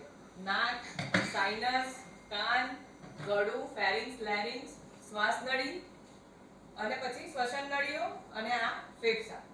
તે આખી રેસ્પિરેટરી સિસ્ટમ નાકથી લઈને જે છેલ્લે એલ્વિયોલી મેડિકલ લેંગ્વેજમાં કહેવાય કે જે હવાનું એક્સચેન્જ કરે છે. ફેફસાનું કામ શું છે? ઓક્સિજન અને કાર્બન ડાયોક્સાઇડ એક્સચેન્જ કરવાનું, અને ઓક્સિજન શરીરમાં રુધિર વાહિની મારફતે, બ્લડ વેસલ્સ મારફતે બોડીને પહોંચે. તો હવે બેઝિકલી અસ્થમામાં શું થાય? તો સૌથી પહેલા તો આપણે એક વર્લ્ડ લેવલે ઇન્ટરનેશનલ સોસાયટી છે, GINA, global strategy for asthma management and prevention. તો જીનાએ વર્લ્ડ લેવલે જે સ્ટડી કર્યો તેમાં 300 મિલિયન લોકોને વર્લ્ડ લેવલે અસ્થમાથી લોકો સફર થાય છે, અને તેમાં 1000 ડેથ પર ડે લેવલ. અને WHO પ્રમાણે જે આપણા ટોપ 10 ડિસીઝ છે, એટેક થી મરી જાય, સ્ટ્રોક થી મરી જાય, તો તેમાં ટોપ 10 ડિસીઝમાં ટોપ 5 ડિસીઝ ખાલી લંગ રેસ્પિરેટરી કન્ડિશન ને લીધે જ આવે છે, જેમાં અસ્થમા, દમ, કોવિડ, ન્યુમોનિયા, સ્વાઇન ફ્લૂ એ બધા રોગો આવે છે. અને ટાઈમ્સ ઓફ ઇન્ડિયા પ્રમાણે ઇન્ડિયામાં જે શ્વસન તંત્રના રોગો છે એને કારણે 10.2% જેટલા મૃત્યુ શ્વાસ નળીને રિલેટેડ રોગોથી થાય છે. તો સૌથી પહેલા અસ્થમા શું છે? આ તમે જોઈ શકો છો કે અહીંયા નોર્મલ શ્વાસ નળી છે અને બધાની રોગ પ્રતિકારક શક્તિ અલગ છે. જેવી રીતે સમીર સરે કીધું કે એલર્જીમાં તમારી હાઇપર રિએક્શન બોડી આપે છે. બધાની રોગ પ્રતિકારક શક્તિ અલગ છે. કોઈ એક માણસ આવે તો કોઈને ઇરિટેશન થાય, કોઈ શાંતિથી બેસો રહે, કોઈ ભાગી જાય અને કોઈ સામેથી એને ગ્રીટ કરવા જાય. ત્રણે વ્યક્તિના રિસ્પોન્સ અલગ આવી શકે. એ જ પ્રમાણે આપણી રોગ પ્રતિકારક શક્તિમાં કોઈની એકદમ હાઇપર હોય, અતિ સંવેદનશીલ હોય કે એને આટલું મચ્છર બી બેઠું હોય ને તો એનું બોડી રિએક્શન આપે અને કોઈ કહે જ ના કરે. તેમ અસ્થમાના પેશન્ટને જ્યારે બી કોઈ ટ્રિગર્સ આવે ત્યારે શ્વાસ નળીમાં સોજો આવી જાય. હવે શ્વાસ નળીમાં શું થાય? હવાનું એક્સચેન્જ થતું હોય, ઓક્સિજન, કાર્બન ડાયોક્સાઇડ. હવે આ સોજો આવી ગયો એટલે એને હવાના ઓક્સિજન એક્સચેન્જ કરવાની જગ્યા જ નથી, એટલે એર હંગર થાય. તો કાં તો ખાંસી વધે, કાં તો શ્વાસ વધે, હાઇપર વેન્ટિલેશન થાય કે હવામાંથી વધારે ઓક્સિજન મળે તો બોડીને પહોંચે, કે બોડીને ઓક્સિજન નહીં પહોંચે એટલે શરીર સિમ્પટમ્સ આપે. પે અટેન્શન ટુ મી એટલે અલગ અલગ સિમ્પટમ્સ આપે. કાં તો શ્વાસ વધી જાય, કાં તો ખાંસી આવે, સફોકેશન થાય, ચેસ્ટ ટાઇટનેસ થાય, શરદી વધી જાય. આ બધા લક્ષણ છે કે pay attention to my body. આ બોડી તમને ઇનસાઇટ આપે છે કે હવે મને ધ્યાન આપો બોડીમાંથી, હવે આ મારાથી આગળ થતું નથી, મને મદદની જરૂર છે. તો અસ્થમા એ હેટ્રોજીનસ કન્ડિશન છે, એટલે એવું નથી કે ખાલી એક જ વસ્તુથી અસ્થમા થઈ શકે. અસ્થમા થવાના 10 થી 15 રીઝન હોઈ શકે છે. જેમ કોઈ કીધું કે મમ્મી પપ્પાને હોય તો બાળકને થઈ શકે કે નહીં, બરાબર? એ આપણે આગળ જાણીશું. પછી બીજું છે ક્રોનિક એરવે ઇન્ફ્લેમેશન. એટલે કે ક્રોનિક એટલે કે એવું નહીં કે એક જ વાર થયું એટલે પતી ગયું. ધીરે ધીરે એની અસર રહ્યા જ કરે. ખાલી આપણે એને કંટ્રોલમાં લાવી શકીએ પણ જડમૂળમાંથી મિટાડી શકીએ નહીં. રેમિશનનો ફેઝ કહેવાય એને. બીજું છે એમાં અલગ અલગ સિમ્પટમ્સ આવે. કોઈને ખાલી ખાંસી આવે, કોઈને શ્વાસ ચડે, કોઈને છાતીમાં ભીંસ ચડે, કોઈને સસડી બોલે, અલગ અલગ સિમ્પટમ્સ આવે અને વેરી ઓવર ધ ટાઈમ. એટલે કે કોઈને દિવસમાં આવે, કોઈને રાતે આવે, કોઈને કોઈ એક્સરસાઇઝ કર્યા પછી આવે, કોઈને ખાધા પછી આવે, કોઈને સ્વિમિંગ કરે ત્યારે આવે. એટલે બધાના અલગ અલગ પ્રેઝન્ટેશન હોય. આ છે રિસ્ક ફેક્ટર્સ કે કઈ વસ્તુથી અસ્થમા, તમે જે જાણવા માંગતા હતા કે કઈ વસ્તુથી અસ્થમા થઈ શકે. તો અસ્થમા મેં તમને કીધું કે 10 પ્રકારના વસ્તુ ટ્રિગર્સથી થાય. તો સૌથી પહેલા છે કે જ્યારે પ્રેગ્નન્સીમાં મધર પ્રેગ્નન્ટ હોય અને એ બીડી સ્મોક કરે તો એ બચ્ચાને અસ્થમા થવાના ચાન્સીસ વધી જાય. બીજા બધા રોગ તો થાય જ સ્મોકિંગના, પણ બચ્ચાને અસ્થમાના ચાન્સીસ વધી જાય. બીજું છે એટોપી. જેમ મા-બાપને જો અસ્થમા હોય અને એલર્જી પણ હોય તો 50% ચાન્સીસ બચ્ચાને અસ્થમા થવાના છે. ત્રીજું છે ઓબેસિટી અને આ વેસ્ટર્ન ફૂડ. જેને ઓબેસિટી હોય, જેને મોટાપો કહેવાય, એનાથી પણ અસ્થમા થવાના ચાન્સીસ વધી જાય છે. બીજું છે ગેસ્ટ્રિક રિફ્લક્સ. તો જેને બધા એસિડ રિફ્લક્સની વાત કરે ને કે એસિડિટી થાય અને વોમિટિંગ થાય, તો એનાથી પણ ખાંસી થાય. એ પણ એક જાતનો અસ્થમાનો જ ટાઈપ છે. બીજું છે દવા. અમુક દવા, કોઈકને એસ્પિરિન લીધા પછી ખાંસી વધી જાય, શ્વાસ વધી જાય, તો દવાથી પણ કોઈકને અસ્થમા થઈ શકે છે. અને મોટાભાગના કારણ જે મેં તમને કીધું, બીડી પીએ છે, આ પોલ્યુશન છે. હમણાં એર પોલ્યુશન એ નંબર 1 રીઝન છે. આપણું સુરતનો AQI પણ હવે કેટલો બધો વધવા લાગ્યો છે. આપણે દિલ્હીની વાત કરીએ છીએ પણ આપણે સુરતનું જ આપણે દરરોજ સવારે જોઈ જ રહ્યા છીએ કે મેટ્રોનું કામ છે. આપણે સી રિજનમાં રહીએ છીએ, દરિયા કિનારે રહીએ છીએ, પણ એની કેપેસિટી હવે સુરતની ઘટી ગઈ છે પોલ્યુશન દૂર કરવાની. અને આપણે સ્મોક ફેસ કરી રહ્યા છે અને આ સ્મોકમાં અસ્થમાના પેશન્ટનો શ્વાસ વધારે વધી રહ્યો છે. અમારા હમણાં અસ્થમાના પેશન્ટ જ્યારે સિઝન ચેન્જ થાય ત્યારે સૌથી વધારે શ્વાસની તકલીફ લઈને આવી રહ્યા છે. જેમ સમીર સરે કીધું તેમ ડોગ વેન્ડર, જે બિલાડી કૂતરા છે, એ લોકોની જે રૂવાટી છે એ પણ શ્વાસમાં જાય તો એ બધા ટ્રિગર્સ કરી શકે છે. કોઈકને એક્સરસાઇઝ કર્યા પછી પણ થાય, એને એક્સરસાઇઝ ઇન્ડ્યુસ અસ્થમા કહેવામાં આવે. કોઈકને ખાધા પછી એ દોડે ને તો એને food induce exercise induce asthma કહેવામાં આવે. પણ આ બધા ચાન્સીસ 100 માંથી 2 થી 3 લોકોને હોય છે. મોટાભાગે એક વારસાગત અને એલર્જી વાળા અને પ્રદૂષણ વાળા એ વધારે હોય છે. સ્મોકને કારણે સ્ટાર્ટિંગમાં જો અસ્થમા થઈ શકે અથવા તો જેવું કહે છે ને કે ખાલી બીડી પીધા પછી ખાલી કફ આવે, એને સ્મોકર્સ કફ કહેવામાં આવે. એને COPD chronic obstructive pulmonary disease નામનો રોગ કહેવાય. એને અસ્થમા નહીં કહેવાય, એને કાળો દમ કહેવાય. કે જે સ્મોકનો જે ધુમાડો છે, બીડીનો ધુમાડો છે, એ જ બોડી માટે નુકસાન કરે છે. એટલે COPD અને અસ્થમા બંને અલગ વસ્તુ છે, પણ બંનેના લક્ષણ સરખા જ હોઈ શકે છે. ખાંસી આવવું, શ્વાસ ચડવો. એ જ રીતે ઘરમાં કોઈને બિલાડી કૂતરા પાડ્યા હોય, કોકરોચની બીમારી હોય, સ્મોકિંગથી હોય, કોઈને થંડરસ્ટોર્મ અસ્થમા પણ હોય. થંડરસ્ટોર્મ અસ્થમા એટલે શું? જ્યારે વીજળીના કડાકા થાય ત્યારે જે આપણી વનસ્પતિ છે એની પરાગરજ ફૂટીને નીકળે, તે એનાથી ટ્રિગર્સ થાય અસ્થમા, જેને એલર્જી હોય પોલેન્સની, પરાગરજની, તો એને થંડરસ્ટોર્મ અસ્થમા કહેવામાં આવે. એ રીતે 10 ટાઈપના અલગ અલગ અસ્થમા છે. કોઈને ટેમ્પરેચર ચેન્જ થાય તો પણ થાય. કોઈને ખાલી વાયરલ સિઝનલ ફ્લુ થાય ને પછી અસ્થમા એક્ઝાસર્બેટ થાય. ખાસ કરીને 7 વર્ષ સુધીના બચ્ચા હોય એને જ્યારે હોય ત્યારે સિઝનલ ફ્લુ થાય. વાયરલ થાય પછી એને આપણે નેબ્યુલાઇઝર આપવું જ પડે. આપણે એને પીડિયાટ્રિશિયનના ડોક્ટર પાસે લઈ ગયેલા એમ જ કહીએ કે એને બાફ આપે તો જ સારું થશે. આવા બાળકમાં આપણે એને 7 વર્ષ સુધી અસ્થમા લેબલ નહીં કરી શકીએ. 7 વર્ષ પછી એની ઇમ્યુનિટી, એની રોગપ્રતિકારક શક્તિ ઓટોમેટિક જ આઉટગ્રો થઈ જાય. પણ એ બાળકના જો પેરેન્ટ્સને અસ્થમાની હિસ્ટ્રી હોય તો આપણે એને નાનપણથી જ આપણે એને પ્રાઇમરી પ્રિવેન્શન કરી શકીએ છીએ અને ફ્યુચરમાં એનું અસ્થમા પ્રિવેન્ટ કરી શકીએ છીએ. ત્યારે આપણે એની એલર્જી ટેસ્ટિંગ કરી શકીએ છીએ કે જેથી અને એનું ઓબ્ઝર્વેશન રાખવાનું હોય છે 7 વર્ષ પછી કે એને અસ્થમાના લક્ષણ આવે છે તો પછી આપણે જે સરે કીધું તેમ પ્રમાણે ઇમ્યુનોથેરાપી નામની સારવાર આપણે ચાલુ કરી શકીએ છીએ. કોઈને ટેમ્પરેચર ચેન્જ થાય, જેમ સરે કીધું શિયાળામાં જ કોઈને થાય, કોઈને ચોમાસામાં જ થાય, ટિપિકલ. હવે આપણે એને ખબર કઈ રીતે પડશે કે કોને અસ્થમા છે? તેના માટે આપણે શું ટેસ્ટ કરવી જોઈએ? તો તમે આ બધાને જાણો છો આ શું છે? ECG બધા જ જાણો છો? શાના માટે યુઝ થાય? હાર્ટ માટે. હાર્ટ માટે યુઝ થાય. તેમ લંગ્સ માટે એક PFT પલ્મોનરી ફંક્શન ટેસ્ટ, જેને સ્પાઇરોમેટ્રી કહેવામાં આવે છે, એ તપાસ કરવામાં આવે. બરાબર છે? એવું નથી કે ખાલી ECG થી હાર્ટનો ખબર પડતા લંગ્સ માટે શું. કોઈને અવેરનેસ જ નથી કે લંગ્સ માટે પલ્મોનરી ફંક્શન ટેસ્ટ નામની એક વસ્તુની તપાસ કરવામાં આવે, જેમાં વ્યક્તિને ફૂંક મારીને 6 સેકન્ડ સુધી પ્રામથી ફૂંક મારવાની હોય અને ફરીથી પાછું ખેંચી લેવાની હોય, અને એનો જે ગ્રાફ બને એ પ્રમાણે એને કેટલી શ્વાસની તકલીફ છે એ આપણને ખબર પડે. જેવી રીતે આ આપણા જુદા જુદા લંગ્સના વોલ્યુમ છે. ECG માં બી કેવું હોય કે કોઈને આગળની હૃદયનો અટેક આવ્યો, પાછલી વોલ્વનો અટેક આવ્યો, કાં તો ટ્રિપલ વેસલ બ્લોક હતી, તેમ લંગ્સમાં પણ આપણે જુદા જુદા પેરામીટર્સ હોય એ આપણે સ્પાઇરોમેટ્રીની ટેસ્ટથી ખબર પડે છે.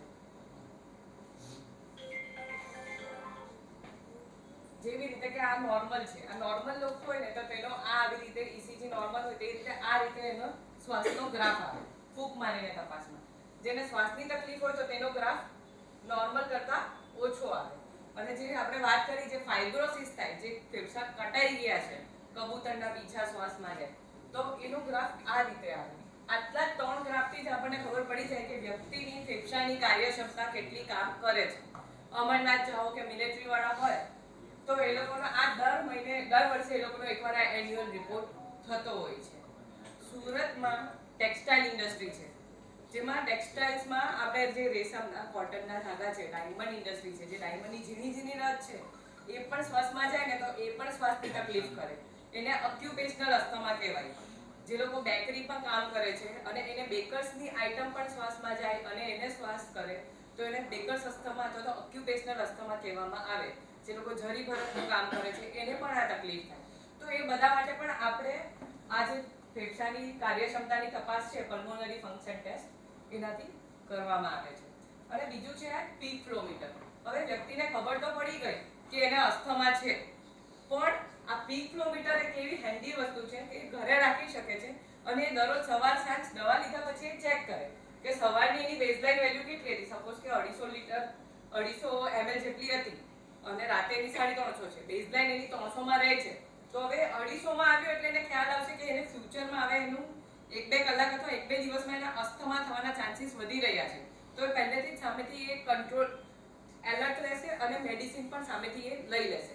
તો એ પીક ફ્લો મીટર નામની એક સાધન છે જેનાથી વ્યક્તિને ખબર પડશે, સામેથી જ એને ચેતવણી જેવું કામ કરશે અને એને એ પણ ખબર પડશે કે મારું નોર્મલ વેલ્યુ લાઇનમાં છે કે નહીં, with medicine or without medicine. હવે છે એની સારવાર. આમાંથી કેટલા લોકો આ વસ્તુને જાણે છે કે જોયું છે, નજીકમાં લોકો લેતા હોય છે? તો આને કહેવાય ઇન્હેલર, પંપ. સામાન્ય ભાષામાં આપણે કહીએ પંપ. પંપ અલગ અલગ ટાઈપના હોય. નાના બચ્ચા હોય તો એને આપણે માસ્ક જોડે લગાવીને આપીએ, સ્પેસર અને માસ્ક અને પંપ. કોઈને કેપ્સ્યુલ ખેંચવા વાળો હોય જેમાં આપણે કેપ્સ્યુલ નાખીએ, અથવા તો પછી કોઈને આપણે નેબ્યુલાઇઝર આપીએ. અને જે રીતે સરે કીધું એન્ટી હિસ્ટામિનિક મેડિકેશન. મેઇન આપણું ફોકસ શું છે? શ્વાસ નળીનો જે સોજો છે એ સોજો ઓછો કરવાનો. સોજો ઓછો કરીશું એટલે જે ડાયામીટર છે એ ખુલી જશે, એટલે હવાનું એક્સચેન્જ પાછું ચાલુ થઈ જશે અને નોર્મલ શ્વાસ અને ખાંસી એના બેસી જશે. તો આ બધી જ જે દવા છે ને એ સોજો ઓછું કરવાનું કામ કરે છે. સોજાને કહેવાય ઇન્ફ્લામેશન અને જે સોજો ઓછો કરે એને કહેવાય એન્ટી ઇન્ફ્લામેટરી મેડિકેશન. અને એ એન્ટી ઇન્ફ્લામેટરી મેડિકેશન એટલે સ્ટીરોઇડ, જેના માટે આપણા સમાજમાં કોઈ ડર લાગે કે ઓહો આને સ્ટીરોઇડની દવા ચાલુ કરી. બટ આ જે ઇન્હેલર છે એ ઇન્હેલર એકદમ માઇક્રોગ્રામમાં સ્ટીરોઇડ આપવામાં આવે, જે ખાલી આપણે ઇન્હેલ કરીએ, જે ખાલી શ્વાસમાં જાય, લંગ્સમાં જાય અને લંગ્સમાંથી પાછી એક્ઝેલ થઈને દવા બહાર હવામાં જાય. એ શરીરમાં બીજે કશે કોઈ આડઅસર કરતું નથી. અને એ જે માઇક્રોગ્રામમાં જે ડોઝ જાય છે એની બિલકુલ પણ સાઈડ ઇફેક્ટ નથી. સાઈડ ઇફેક્ટ કોની થાય કે જ્યારે આપણે સ્ટીરોઇડ ટેબ્લેટ્સ લઈએ અને તે બી મોર ધેન 6 મંથ અથવા તો 1 યર કરતાં વધારે લઈએ તો એની સાઈડ ઇફેક્ટ બોડીને ચાલુ થાય. એટલે આ જે દવા છે સ્ટીરોઇડ, અને એની જોડે એક બીજી છે બ્રોન્કોડાયલેટર કે જે શ્વાસ નળીને ખુલ્લી રાખે અને બીજું કામ છે સોજો ઓછું કરવાનું. હવે આ જે દવા છે એ બે કામ કરે. એક તો ઇન્સ્ટન્ટ જે સોજો થઈ ગયો છે તેને ખોલવાનું કામ કરે અને બીજું એ સોજો બનવાય ના દે, ખુલ્લું રાખવાનું જ કામ કરે પરમિનન્ટ. એટલે જેથી તમને ફ્યુચરમાં ટ્રિગર બી આવે તો તમારી બોડી રિએક્શન નહીં આપે, એ ખુલ્લું ને ખુલ્લું જ રહેશે શ્વાસ નળી, જેથી તમને શ્વાસની તકલીફ નહીં થાય. એટલે આને કહેવાય સ્માર્ટ મોલેક્યુલ. આ ઇન્ટરનેશનલ લેવલે આ જ મેડિસિન, ઓસ્ટ્રેલિયા જાઓ કે તમે અમેરિકા જાઓ, આ જ મેડિસિન યુઝ થાય છે અને આની કોઈ સાઈડ ઇફેક્ટ નથી. જ્યારે શ્વાસ આ દવાથી કંટ્રોલમાં ના આવે અને જ્યારે કોઈ ટ્રિગર્સ છે જે તમારા કોન્ટેક્ટમાં આવે અને શ્વાસ એકદમ વધી જાય, ત્યારે આપણે એમને આ પ્રેડનિસોલોન નામની દવા જે સ્ટીરોઇડ છે એ આપણે એકદમ ઓછા પાવરમાં 5, 10 કે 20 પાવરમાં ખાલી 5 ડેઝ માટે આપણે આપતા હોઈએ છીએ. એનાથી કોઈ સાઈડ ઇફેક્ટ નથી. બરાબર? હવે આમણે જે કીધું હતું કે કોઈકને એટલી બધી ખાંસી આવે કે એમને આગળ બેસવું પડે ને ત્યારે જ એમને રિલીવ થાય, પાછળ બેસે ત્યારે નહીં તો નહીં સારું. હવે એ ખાંસીમાં એક જ્યારે હૃદયમાં પાણી ભરાય ને ત્યારે પણ ખાંસી થાય, જેને કાળો દમ હોય ત્યારે પણ ખાંસી થાય, અને જ્યારે એકદમ શ્વાસ વધી જાય ત્યારે આપણા ફેફસા કઈ રીતે કામ કરે? જ્યારે હવા અંદર આવે ત્યારે ફુગ્ગો ફૂલે. તો આપણે ડંકીમાં પહેલા ખબર પાણી ભરતા હતા, તો ડંકી નીચે જાય અને પછી પાણી અંદર ભરાય. એ જ રીતે ફેફસાને પણ બકેટ હેન્ડલ મૂવમેન્ટ હોય, જ્યારે હવા ભરાય ત્યારે ફેફસા ખુલે. હવે આ ફેફસા જે ધમણ ફૂલાય છે શ્વાસમાં, છાતીમાં ભીંસ મારે છે, તો હવે એ તમને કહે છે કે મને કંઈક મદદ કરો, પણ આપણે ટાઈમલી જ્યારે એ બોડીને આપણે મદદ નથી કરતા તો હવે ફેફસા થાકી ગયા છે. એ ફેફસાને જે ઓપન કરવાવાળા મસલ્સ છે એ પણ થાકી ગયા છે. તો એની કમ્પેન્સેટરી મિકેનિઝમ આવે. તો એના માટે હાથ આગળ, એને મોહમ્મદ પૈગંબર પોઝિશન કહેવાય, કે જેથી હાથ આગળ રાખે એટલે ફેફસાના મસલ્સને થોડો થાક મળે અને એનું કોઈ બીજું કામ કરી શકે. બરાબર છે? કેમ કે એના શ્વાસ બી જ્યારે મસલ્સ થાકી જાય ફેફસાને સંભાળવામાં, વધારે હાઇપર વેન્ટિલેશન થાય ત્યારે આપણે એને વેન્ટિલેટરની જરૂર પડે. કે જે વેન્ટિલેટર શું છે? આર્ટિફિશિયલ રેસ્પિરેશન, જે મસલ્સને શાંત રાખશે ટેમ્પરરી અને આર્ટિફિશિયલ વેન્ટિલેશન આપવાનું કામ કરશે જ્યાં સુધી તમારો રોગ કંટ્રોલમાં નહીં આવે ત્યાં સુધી. હવે તમે આમને તો ઓળખતા જ હશો. કોણ છે? Priyanka Chopra Jonas. She herself declared કે she having asthma. કેટલાને ખબર છે કે એમને બ્રોન્કિયલ અસ્થમા છે? ખબર છે બધાને? Please raise your hand. કેટલાને ખબર છે? પ્રિયંકા ચોપડાને પણ શ્વાસની તકલીફ છે, સેમ અમિતાભ બચ્ચન પણ, અને એ લોકો આટલા વર્ષોથી આ પંપ યુઝ કરે છે જેની કોઈ સાઈડ ઇફેક્ટ નથી. પણ આપણી સમાજમાં જ્યારે છોકરીઓને અસ્થમા થાય અને આ ઇન્હેલર આપીએ ત્યારે સૌથી પહેલા એમની બા કે દાદી હશે ને, નહીં પંપ નથી આપવાનું. આવું તમે જોયું છે? કેટલા લોકોએ જોયું છે? જોયું છે? આ આપણો સોશિયલ સ્ટિગ્મા છે, ટાબુ છે, જે ખાસ કરીને આપણે છોકરીઓને અને એમની જે મધર પ્રીડોમિનન્ટ ફેમિલી મેમ્બર્સ છે એમને ખાસ કાઉન્સેલિંગ કરવાની જરૂર છે. જ્યારે બી અસ્થમા ડાયગ્નોઝ થાય એટલે એના પેરેન્ટ્સને, એના ફેમિલી મેમ્બર અને જે ડિસિઝન ટેકિંગ પર્સન છે એને ખાસ કાઉન્સેલિંગ કરવું જરૂરી છે કે આની કોઈ સાઈડ ઇફેક્ટ નથી. બધાને શું ડર હોય કે મારી છોકરી જોડે લગ્ન કોણ કરશે, ખબર પડશે કે એ તો પંપ લે છે. કેટલા બધા એથ્લેટ્સ છે, એ એથ્લેટ્સને પણ અસ્થમા છે, બટ તે લોકો ઓલિમ્પિક ગોલ્ડ મેડલ પણ છે અને ઇન્હેલર પણ લે છે. બરાબર?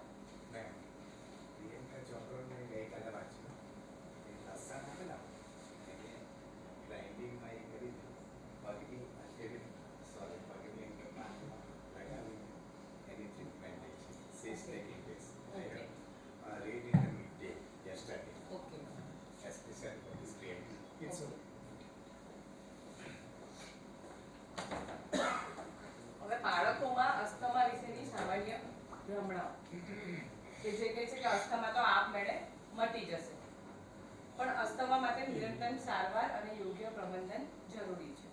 જેમ મેં કીધું તેમ 7 વર્ષ સુધી બાળકોને વાયરલ ઇન્ફેક્શન થાય એમાં એને નેબ્યુલાઇઝરની જરૂર પડે, પણ 7 વર્ષ પછી જેમાં ફેમિલી હિસ્ટ્રી હોય એમાં ખાસ મોનિટર કરવું જરૂરી છે. જેમ સરે કીધું ને કે આપણે તો બચ્ચાને નીચે રમવા જ નથી દેતા, મમરાક પડે તો પણ આપણે ખાવા નથી દેતા. એને કહેવાય હાઇજીન હાઇપોથીસિસ. જે ખાસ કરીને ગામડાના બચ્ચાઓ હોય કે જ્યાં કૂતરા બિલાડા હોય, ગાળા ગલ્લા જોડે રમતા હોય અને લીપણમાં રમતા હોય તો એ લોકોને કોઈ જ આવી એલર્જીની તકલીફ નથી થતી. અને આપણા બચ્ચાઓને કેમ થાય છે? બીકોઝ જે આ કૂતરા બિલાડા છે એ લોકોના જે સલાઈવા છે, લાળ ગ્રંથિ છે, એની અંદર જે માઇક્રોબાયોમ્સ છે, જે બેક્ટેરિયા છે, આપણા બધા જ શરીરના એક એક ભાગની અંદર નોર્મલ કમેન્સલ્સ બેક્ટેરિયા રહેતા હોય છે. મોઢામાં, બગલમાં, હાથના, સ્કિનમાં. આ બધા બેક્ટેરિયા આપણી ઇમ્યુનિટી ડેવલપ કરવામાં મદદ કરતા હોય છે, જે આપણે રૂટીન સેનિટાઈઝર કે સાબુ યુઝ કરીને આપણે કિલ કરી દઈએ છીએ એટલે આપણી ઇમ્યુનિટી ડાઉન થાય છે. તેમ એક રિસર્ચ થયું તો જે આ ગામડામાં બચ્ચાઓ જે મોટા થયા તો એની જોડે જે આ કૂતરા બિલાડા હતા ને એ લોકોના જે સલાઈવાના જે બેક્ટેરિયા હતા અને એ લોકો જે રૂવાટીને એને પંપાડે, રમે, લીક કરે તો એ બેક્ટેરિયાથી એ લોકોની સૌથી હાઈએસ્ટ ઇમ્યુનિટી ડેવલપ થઈ અને એ લોકોને કોઈ એલર્જીના રોગો નથી થયા. એટલે ઘરમાં પેટ્સ પાડો ને એ બી એક સારી વસ્તુ જ છે, પણ બચ્ચાને જે આપણી ઇન્ડિયન સિસ્ટમ છે એ પ્રમાણે ગ્રો કરો તો એલર્જીના રોગો ઓછા થઈ શકે. હમણાં ઉત્તરાયણની સિઝન છે, પણ તમે જોજો કે ઇન્ડિયામાં આપણે ત્યાં ગુજરાતમાં મકર સંક્રાંતિ કહેવાય છે, બીજા બધા દેશમાં અલગ અલગ પોંગલ છે, બિહુ છે, અલગ અલગ તહેવાર આવશે મકર સંક્રાંતિની જોડે અને બધાની એક જ કોમન ફૂડ આઈટમ હશે, ધેટ ઇઝ જેગરી અને સિંગદાણા, તલની ચીકી અને દાણાની ચીકી. આપણા પૂર્વજો એટલા મહાન હતા, તમે હમણાં સાંભળશો ને તો યુએસએમાં જે બાળકો છે ને એને સિંગદાણાનો એલર્જી હોય અને એટલી સિરિયસ એલર્જી કે એને એનાફાઇલેક્સિસ થઈ જાય કે પેશન્ટ એકદમ વેન્ટિલેટર પર પહોંચી જાય અને એને લાઈફ સેવિંગ એડ્રેનાલિનનું ઇન્જેક્શન આપવું પડે. જ્યારે આપણા પૂર્વજો એટલા મહાન હતા કે આપણે બચ્ચા જન્મે ત્યારે આપણે તલના તેલથી માલિશ કરતા અને આપણે સિંગદાણા આપણા હરેક રૂટીનમાં એક એક વસ્તુમાં સિંગદાણા હોય છે. તો એ સિંગદાણાની એલર્જી વેસ્ટર્નાઇઝેશનમાં અને આપણા ઇન્ડિયનમાં એ તમે જોઈ શકો છો. બીજું છે અસ્થમા ધરાવતા બાળકોએ શારીરિક પ્રવૃત્તિ કરવાનું ટાળવું જોઈએ. તમારામાંથી કેટલા યોગા અને પ્રાણાયામ કરે છે? Very good. તમે જોયું છે કે અનુલોમ વિલોમ, કપાલભાતિ, ભસ્ત્રિકા એ જે મેં તમને આગળ બતાવ્યું આ ફેફસાના જે અલગ અલગ ફેક્ટર્સ છે, ફેફસાના પણ અલગ અલગ વોલ્યુમ અને કેપેસિટી હોય. તો એ જે કપાલભાતિ, ભસ્ત્રિકા, અનુલોમ વિલોમ એ બધા જે પ્રાણાયામ છે ને એ બધી આ લંગ્સની કેપેસિટી વધારે. ફેફસાના 3 ભાગ છે, એક આગળનો ભાગ, મિડલ ભાગ અને પોસ્ટિરિયર ભાગ. તો મોટા ભાગે કોરોના વખતે જ્યારે ન્યુમોનિયા વધ્યું ને ત્યારે રિસર્ચ થયું ત્યારે ખબર તમે સાંભળો છો કે કોરોનામાં પેશન્ટને ઉલટા આપીને એને પ્રોન પોઝિશન વેન્ટિલેટર કરાવતા હતા, ઊંધા સુવડાવીને એને વેન્ટિલેટર મૂકતા હતા કે પાછળના લંગ્સ હોય ને એનું ઇન્ફેક્શન ના હોય તો એ લંગ્સથી એનું વેન્ટિલેશન વધે અને પેશન્ટ આપણે બહાર રિકવર કરવાની ટ્રાય કરીએ. તો મોટા ભાગે કેવું છે કે આપણે જે વેન્ટિલેશન કરીએ છીએ ને એમાં આગળનું ફેફસું અને વચ્ચેના ફેફસા ઉપર જ આપણે કામ કરીએ છીએ, પાછળના ફેફસા ઉપર આપણું ફોકસ છે જ નથી. તો આજ આપણે પ્રાણાયામ કરીએ છીએ, કપાલભાતિ, અનુલોમ વિલોમ, ભસ્ત્રિકા. એ ભસ્ત્રિકામાં તમે 3 સ્ટેપ જોયા હશે, એક ઉપરનું, વચ્ચેનું અને 3 સ્ટેપ. જે ત્રીજું સ્ટેપ છે એ આપણું પાછળના ફેફસાનું વધારે છે, કેપેસિટી વધારે છે. પછી તમે જોયું હશે કુંભક, કપાલભાતિ. તો એ શું કરે છે, આપણી જે આ રેસિડ્યુઅલ વોલ્યુમ છે, આ જે લંગ્સનું કહેવાય રેસિડ્યુઅલ વોલ્યુમ. રેસિડ્યુઅલ વોલ્યુમ એટલે એવું કે એ લંગ્સમાં આપણું હવાનું ઓક્સિજનને એને કહેવાય ડેડ સ્પેસ વેન્ટિલેશન, જ્યાં હવાનું ઓક્સિજનનું અને હવાનું કાર્બન ડાયોક્સાઇડનું એક્સચેન્જ થવાનું કામ થતું જ નથી. તો જે આ કુંભક છે, આપણે કપાલભાતિ છે, આંતરકુંભક ને બાહ્ય કુંભક, એ આપણી રેસિડ્યુઅલ કેપેસિટી વધારવાનું કામ કરે છે, જેથી આપણું વેન્ટિલેશન પરફ્યુઝનનું કામ વધે. એટલે જે એક પ્રાણાયામ છે એ બધી જ લંગ્સની એક વસ્તુને એક્સચેન્જ કરવાનું કામ કરે છે. અને નાક, અનુલોમ વિલોમ, જલ નીતિ. તો એ જે તમારા એલર્જન્સ છે જે નાકમાં અંદર ફસાયા છે, નાકમાં બી કેવું હોય કે નાક સિક્રિશન્સ કરે અને એલર્જન્સને દૂર કરવાનું કામ કરે. જે જલ નીતિ છે, તો જે એલર્જન્સ નાકમાં બેઠા હશે એને ક્લીન કરવાનું કામ કરે છે. અને અનુલોમ વિલોમ છે એ આપણી નેઝોસિલિયરી ફંક્શન્સ છે. નેઝોસિલિયરી એટલે એવું કે નાની નાની સ્પ્રિંગ જેવી વિલાય હોય, એ જે એલર્જન્સ બેઠા હોય એને કચરો બહાર કરવાનું કામ કરે. હવે આપણે એટલી સિડેન્ટરી લાઈફસ્ટાઈલ જીવીએ છીએ કે જેથી આ બધાના ફંક્શન્સ ઓછા થઈ ગયા છે. તો અનુલોમ વિલોમ છે એ નાકની કેપેસિટી અને ફંક્શન્સ વધારે છે.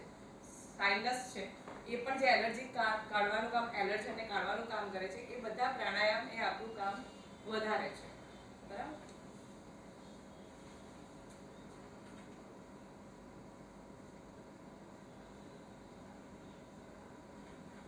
બીજું છે અસ્થમાની દવાની આદત પડી જાય છે અને તે ટાળવી જોઈએ. હવે અસ્થમાની દવાની આદત નથી પડતી, જેમ ડાયાબિટીસ અને હાઇપરટેન્શન છે એ લોકોએ કેમ રેગ્યુલર દવા લેવી પડે તો જ બીપી અને થાઇરોઇડ કંટ્રોલમાં રહે, ડાયાબિટીસ કંટ્રોલમાં રહે, એ જ રીતે અસ્થમામાં પણ ઇન્હેલર, જે મેં તમને કીધું કે પ્રોટેક્ટ કરવાનું બી કામ કરે છે અને જ્યારે સોજો વધી જાય ત્યારે એને ઓછું કરવાનું પણ કામ કરે છે. તો એ જ રીતે આપણે રેગ્યુલર પંપને પણ રેગ્યુલર, જે રીતે ડાયાબિટીસ અને બીપીની દવા લેવાય છે એ જ રીતે રેગ્યુલર આપણે અસ્થમાનો પંપ લેવાનો છે, પણ ડૉક્ટરની ઓબ્ઝર્વેશન અંદર. કેમ કે કોઈકને ખાલી સિઝનલ જ હોય, જો સિઝનલ હોય તો એને ખાલી 3 મહિના પૂરતું જ લેવાનું હોય, 3 મહિના પહેલાનો પેલો તપાસ કરવાનો હોય અને 3 મહિના પછી લંગ્સની ફરીથી એક્સરસાઇઝ ટેસ્ટિંગ કરવાની હોય અને એમાં એના નિયર નોર્મલ લંગ્સ વેલ્યુ આવી જાય અને પેશન્ટને કશું જ ના થતું હોય તો ઇન્હેલર બંધ કરી શકાય છે, પણ એ ડૉક્ટરના અંડર ઓબ્ઝર્વેશન અંદર. અસ્થમા માટે નિરંતર પ્રબંધન જરૂરી છે. બાળકો જેમ મોટા થાય તેમ અસ્થમા જતો રહે. જેમ મેં કીધું કે 7 વર્ષ પછી આપણને ખ્યાલ આવી શકે. સો healthy lungs in safe hand, breathe clean air, eat green food, peace of mind is most important, and choose your doctor right. Thank you.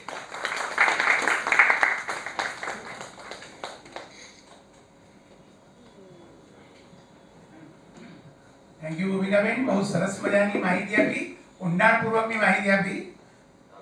સો પૂછો, પ્રશ્ન પૂછો. સોરી મેમ, મને મારા પ્રશ્નનો જવાબ નહીં મળ્યો. તમારા સબ્જેક્ટમાં તમે જે કહ્યું કે યંગ એજમાં કરતા હતા અને પછી હવે ઓલ્ડ એજ થઈ ગયા, સિનિયર સિટીઝન થઈ ગયા, તો પણ એને હવે અત્યારે નથી લેતો પણ એ સર સ્મોકર્સ કફ, મેં આગળ વાત કરી ને COPD નામનો રોગ કહેવાય કે એમને અસ્થમા નથી પણ એ COPD છે અને બંનેના સિમ્પટમ્સ, લક્ષણ સેમ હોય પણ બંનેની સારવાર અલગ છે. કેમ કે બીડીનું પરમિનન્ટ ડેમેજ થઈ ગયું છે. એ જે બ્લેક સ્મોક છે કાર્બન મોનોક્સાઇડ વાળો, એને ડેમેજ તો કરી દીધું છે. That is called as smokers cough અને એને COPD નામનો રોગ છે. ટ્રીટમેન્ટ એમાંથી રિઝલ્ટ મળે? હા, એમાં જે આ ઇન્હેલર છે પણ એમાં અલગ ટાઈપના ઇન્હેલર આવે જે શ્વાસ નળીને ખુલ્લી રાખવાનું કામ કરે અને એના માટે બી આ જ તપાસ કરવાની આવે, પલ્મોનરી ફંક્શન ટેસ્ટ. ઓકે, હવે મને ખ્યાલ આવી ગયો. Thank you very much.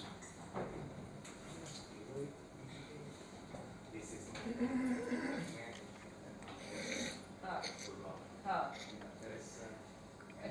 ફેફસાના રોગ કે બીજા કોઈ પણ રોગમાં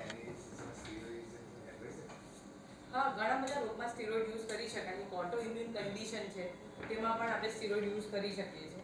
મોટા ભાગે ઇમ્યુનિટી તમારા બોડી આપણા શરીરમાં 4 ટાઈપની રોગ પ્રતિકારક શક્તિની ડિફેન્સ મિકેનિઝમ હોય. ટાઈપ 1, ટાઈપ 2, ટાઈપ 3 અને ટાઈપ 4. હવે અસ્થમા, એલર્જી એ બધા છે ને જે IgE મીડિયેટેડ ડિસીઝ કહેવાય. જેમાં એન્ટીબોડી E હોય ને એ ડિફેન્સ મિકેનિઝમમાં કામ આવે. આપણે 5 એન્ટીબોડી સાંભળ્યા હશે. Antibody A, G, M, E. ગામડે આપણે નાના હતા ત્યારે ગામડે ભણતા A, G, M, E. તો એમાં જે IgE મીડિયેટેડ રિએક્શન છે જેનાથી કયા કયા ડિસીઝ થાય છે, ઓટોઇમ્યુન ડિસીઝ છે, કોન્ટેક્ટ ડર્મેટાઇટિસ છે, એટોપિક ડર્મેટાઇટિસ છે, સોરિયાસિસ છે, પછી જેને ક્રોન્સ ડિસીઝ છે, અલ્સરેટિવ કોલાઇટિસ છે, એ જેટલા ઓટોઇમ્યુન ડિસીઝ છે એ બધા હાઇપર રિએક્ટિવિટીને કારણે થાય IgE. તો એ IgE ને સપ્રેસ કરવા માટે આપણે એમાં સ્ટીરોઇડ યુઝ કરવામાં આવે, IgE એન્ટીબોડી. અને જેને સ્ટીરોઇડથી વધારે સાઇડ ઇફેક્ટ થાય તો એને સ્ટીરોઇડ સ્પેરિંગ એજન્ટ એક નવા આવે, એઝાથાયોપ્રિન, માઇકોફોનોમેટિલ, રિટુક્સિમાબ, એવા બધા પણ આપણે યુઝ કરી શકીએ છીએ. અને અસ્થમામાં પણ જેને આપણે સ્ટીરોઇડ આપીએ છીએ પણ એને સાઇડ ઇફેક્ટ ડેવલપ થવા લાગી છે તો એમાં એકદમ એડવાન્સ લેવલના મોલેક્યુલ આવ્યા છે જેને કહેવાય ઓમાલિઝુમાબ, મેપોલિઝુમાબ, એ જે 25-25 હજારના ઇન્જેક્શન આવે. તો એ ઇન્જેક્શન પણ એને પેશન્ટની ઇમ્યુનિટીને સપ્રેસ કરીને એને સિમ્પટમ્સ કંટ્રોલ કરવામાં આવે. જે રીતની બોડીની ઇમ્યુનિટી છે ને એ પ્રમાણે એની ટ્રીટમેન્ટ આપવામાં આવે છે. કોઈ પેશન્ટને અસ્થમા હોય તો 24 કલાક સમજો કે ઘરમાં અને ઓફિસમાં જ રહેતો હોય તો એમાં એસીનું અને ફ્રેશ હવાનું શું રોલ છે? એસી એ કોલ્ડ ટ્રિગર ફેક્ટર છે એને અસ્થમાને પ્રેસિપિટેટ કરવા માટે. ફ્રેશ હવા શું છે, O2 અને CO2 નું કન્ટિન્યુઅસ એક્સચેન્જ થતું રહે છે, સનલાઇટ આવે છે. જ્યારે એસીમાં શું છે, તમારું ફિલ્ટર ક્લીન ના થયું હોય તો એકની એક જ હવા તમારા શ્વાસમાં રહેવાની છે, તો પછી બોડીને તો એ નુકસાન કરવાનું જ છે. એટલા માટે જ યોગા છે, પ્રાણાયામ છે, એક્સરસાઇઝ છે, બધું જેમ ગાડી ચાલે છે એને આપણે પેટ્રોલ કરાવીને ગાડીને સર્વિસ કરાવે છે તેમ આપણી બોડીને પણ સર્વિસ અને મેન્ટેનન્સની જરૂર છે. એના માટે જ આપણા પૂર્વજોએ યોગા, પ્રાણાયામ ખાસ મેન્ટેન રાખ્યા છે. અને બધા જ ડિસીઝ છે ને આપણી બોડીમાં બધા કે સૂર્ય નાડી, ચંદ્ર નાડી સાંભળ્યું હશે. તો એક સિમ્પથેટિક સિસ્ટમ અને એક પેરાસિમ્પથેટિક સિસ્ટમ. પેરાસિમ્પથેટિક એટલે ચંદ્ર નાડી અને સૂર્ય નાડી એટલે સિમ્પથેટિક સિસ્ટમ. સિમ્પથેટિક સિસ્ટમ એટલે એકદમ ફાઇટ એન્ડ ફ્લાઇટ વાળી સિચ્યુએશન. પેરાસિમ્પથેટિક એટલે રિલેક્સ, ખાધા પછી સૂઈ જવું. તો જ્યારે બધા રોગ ક્યારે થાય, જ્યારે સિમ્પથેટિક અને પેરાસિમ્પથેટિકમાં જ્યારે ઇમ્બેલેન્સ થાય ને ત્યારે સૌથી વધારે બધા રોગો જનરેટ થાય. અને યોગા છે આપણી પેરાસિમ્પથેટિક સિસ્ટમ અને સિમ્પથેટિક સિસ્ટમને બેલેન્સ કરવાનું કામ કરે. એટલે સૂર્ય નમસ્કાર, ચંદ્ર નમસ્કાર, પૃથ્વી નમસ્કાર, સમુદ્ર નમસ્કાર, જે બી એક સિસ્ટમ છે, બધી ભુજંગાસન છે, શવાસન છે, બધા જે આસન છે ને એક ઓર્ગનને ટાર્ગેટ કરીને બનાવવામાં આવ્યા છે. અને તમે જોશો તો હ્યુમન ઇવોલ્યુશન થયું, હોમો સેપિયન્સ જે આદિમાનવ બન્યા તો પહેલા તો પૃથ્વી પર અમીબા આવ્યું, અમીબા પછી સસ્તન વર્ગના પ્રાણીઓ આવ્યા, રેપ્ટિલિયન આવ્યા, સાપ આવ્યા, વ્હેલ આવી, પછી આંચળવાળા સસ્તન વર્ગના પ્રાણીઓ આવ્યા, વ્હેલ આવ્યા, પછી વાંદરા આવ્યા, ચિમ્પાન્જી આવ્યા, પછી હોમો સેપિયન્સ આવ્યા. તો તમે જોશો ને તો આપણા જે ખબર આપણા આસનમાં ટાઈગર પોઝ બી આવે, લાયનેસ પોઝ બી આવે છે, ભુજંગાસન આવે, સર્પ જેવું હોય. તો એ બધા જ એક જે એનિમલની સિસ્ટમ છે ધીરે ધીરે એવોલ્યુટ થઈને આપણે હાઈએસ્ટ હ્યુમન સિસ્ટમ ઉપર ડેવલપ થયા છે. તો એક CNS છે જે નર્વસ સિસ્ટમ છે, આપણી ડાયજેસ્ટિવ ટ્રેક છે, આપણી હાર્ટની સિસ્ટમ છે, લંગ્સની સિસ્ટમ છે, એ બધા જ એનિમલ પોઝ, બટરફ્લાય પોઝિશન, એ બધા જ યોગામાં એક આસન આપણી એક સિસ્ટમને ટાર્ગેટ કરીને એ રીતે જ બનાવવામાં આવ્યા છે. Anybody else? તમે ખાલી જસ્ટ પેલું એક વસ્તુ કીધી કે નાના બાળકોને આપણા પૂર્વજો પેલું ચીકી અને તેલ માલિશ કરતા હતા અને એને સિંગદાણા ખવડાવતા હતા નાના, તો એની પાછળ શું તમે લોજિક વાપરું ફેફસાનું? અસ્થમા, એલર્જી અને asthma, food allergy, allergic asthma, allergy થશે, કોઈને એનાફિલેક્સિસ બી થાય, સડન ચોકિંગ થઈ જાય, શ્વાસ થઈ જાય. એટલે ઇમ્યુનિટી એ પહેલેથી એ કરવું હોય તો ઇમ્યુનિટી મજબૂત રહે. હા, સેન્સિટાઇઝેશન છે. ફેફસાને આ પ્રોબ્લેમ નહીં આવે. નહીં આવે, એક્ઝેક્ટલી. અને ઘણા બધા ફૂડ એલર્જીસ પણ થતા અટકી જાય. પછી તો કોઈ ફાયદો નહીં બધું કરવાનો. એની પછી ટ્રીટમેન્ટ આવે, તો પછી એની ટ્રીટમેન્ટ આપવી પડે. ના એટલે આમાં શું છે, હું તમને એટલા માટે પૂછું, તમે ત્યાં મારા મગજમાં એક વિચાર આવ્યો કે આયુર્વેદિકમાં જે આપણે એમ સમજો કે આયુર્વેદિક હોસ્પિટલ હોય છે તો આવા ફેફસાના રોગીઓને પેલી વમન પ્રકૃતિ, પેલું વમન ક્રિયા કરાવતા હોય છે. એમાં બધી આવી બધી જડીબુટીઓ આયુર્વેદિક છે ને 3 કન્સેપ્ટ ઉપર કામ કરે, કફ, પિત્ત અને વાત, ત્રણને બેલેન્સ કરવા માટે. એ રીતે કફ માટે હોય બરાબર, ભસ્ત્રિકા છે, એ લોકોને વમન છે, વસ્તી છે, વિરેચન છે, એ બધું વાત પિત્ત અને કફના બેલેન્સ ઉપર અને સિઝનમાં કયા સિઝનમાં કયું પ્રીડોમિનન્ટ છે અને તમારી પ્રકૃતિ કઈ પ્રીડોમિનન્ટ છે એને બેલેન્સ કરવા પર ટાર્ગેટ કરે. અને આયુર્વેદિકની એટલી બધી મેડિસિન્સ છે જે ખરેખર સ્ટીરોઇડ જ છે, પણ એ આપણને નથી ખબર. કેમ કે આપણે જે એમબીબીએસ અને એલોપેથી છે એમાં એક ફાર્મેકો વિજિલન્સ સેન્ટર છે, એની પાસે આપણી બધી જ એસ્ટાબ્લિશ ફાર્મેકોકાઇનેટિક્સ, એની સાઇડ ઇફેક્ટ એસ્ટાબ્લિશ આપણને ખબર છે, એ કઈ રીતે કયા ઓર્ગન ઉપર કામ કરે છે અને ક્યાંથી એનું બોડીમાં એક્સપ્રેશન થશે, કયા ઓર્ગનને ડેમેજ કરી શકે, બધી ડિટેલ છે. જ્યારે આયુર્વેદિકમાં આવું કોઈ ફાર્મેકો વિજિલન્સ સેન્ટર નથી. બટ આયુર્વેદિકની ઘણી બધી દવાઓ છે જેને ઇમ્યુનો મોડિફાયર, ઇમ્યુનો સપ્રેશન્ટ જ કહેવાય, જે સ્ટીરોઇડની લાઇનમાં જ કામ કરે છે. બરાબર.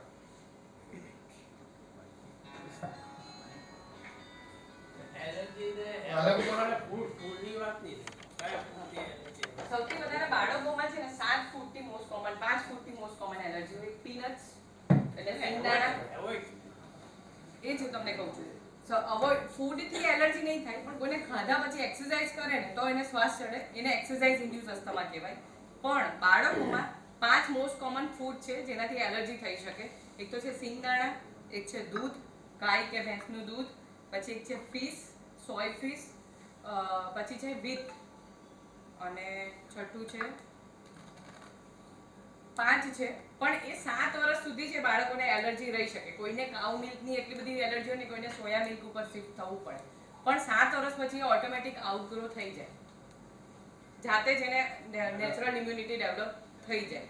પણ જો 7 વર્ષ પછી એને એ જો રહે તો પછી એને આપણે અવોઇડન્સ જ ટોટલી કરવું પડે, જે યુએસમાં બહુ જ જોવા મળે છે. કોઈ બી હેઝલનટ્સ છે, પીનટ્સ છે, પિસ્તા છે, કાજુ છે, બદામ છે, એને તરત જ એના ફાઇલેક્સિસ આવે. ઇવન યુએસએમાં બર્થડેમાં હોય ને તો કેક બી નટ્સ વગરની સ્પેશિયલ ઓર્ડર કરવી પડે.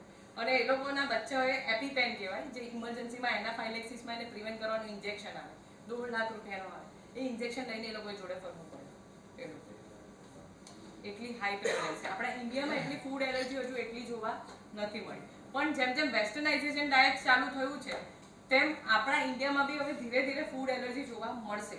કેમ કે આપણા જે પૂર્વજો હતા, જેમ શિયાળો છે, ઉનાળો છે, ચોમાસું છે, શિયાળામાં આપણે આઠેલા આમળા ખાઈએ છીએ, આદામુરી ખાઈએ છીએ, આપણે અઠાણું બનાવીએ છીએ.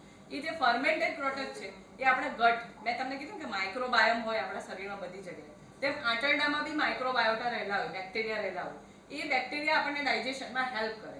હવે આ બેક્ટેરિયાનું મેન્ટેનન્સ કઈ રીતે થાય? પ્રીબાયોટિક્સ અને પ્રોબાયોટિક્સ, જે આપણા ઓલરેડી સિઝન પ્રમાણના ફૂડમાં આપણે હંમેશા ખાતા આવ્યા છીએ. મોગરી છે, આદામુરી છે, બધી જે વસ્તુ આપણે સિઝન પ્રમાણે ખાઈએ છીએ, આપણે ગટ ફ્લોરાને મેન્ટેન રાખે છે. હવે તમે યુએસમાં જશો અને વેસ્ટર્ન ફૂડ ખાશો તો આપણે ગટ ફ્લોરા ડિસ્ટર્બ થશે અને ધીરે ધીરે ફૂડ એલર્જી વધશે. વારંવાર શરદી થતી હોય અને એવો પ્રકૃતિ હોય તો ભવિષ્યમાં અસ્થમાની શક્યતા કેટલી? જો એલર્જી વાળો શરદી હોય અને એ શરદી 5 થી 7 રીઝનથી થઈ શકે. એમાં એક એલર્જી હોય, એક હોર્મોનલ હોય, એક વાઝોમોટર હોય, એક તમારો નાકનો પડદો વાંકો હોય એને કારણે હોય. જો તમને એલર્જીને કારણે હોય અને જો તમે સમયસર સારવાર ના લો તો પછી એ અસ્થમામાં પ્રિવેન્ટ 10% થઈ શકે છે, જો તમારી ફેમિલી હિસ્ટ્રી ના હોય. પણ ફેમિલી હિસ્ટ્રી હોય તો તમને 50% કન્વર્ઝન થઈ શકે. સિનિયર સિટીઝન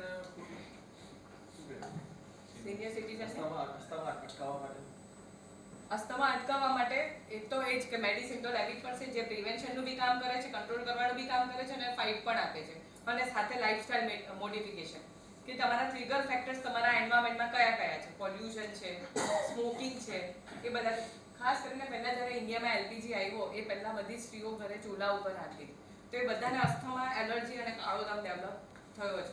તો એ બધાને બી ટ્રિગર કરવાનું. મેં ભાવનગરમાં 100 જેટલી જે ચૂલા ઉપર રાંધતી સ્ત્રીઓ હતી ને, એ મેં 100 જેટલી સ્ત્રીઓનું આ પીએફટી વાળો ટેસ્ટ કર્યો અને 100 માંથી 30 લોકોને અસ્થમા હતો અને બાકીના 40 લોકોને સીઓપીડી, કાળો દમ હતો. જેટલું બીડીનું શ્વાસ નુકસાન કરે ને એટલો જ ચૂલાનો ધુમાડો પણ એટલો જ નુકસાન કરે. Indirect smoking. યસ, ડાયરેક્ટ જ કહેવાય સર, ડાયરેક્ટ જ. આપણે કોન્સ્ટિપેશન ને એલર્જીમાં લઈ શકીએ.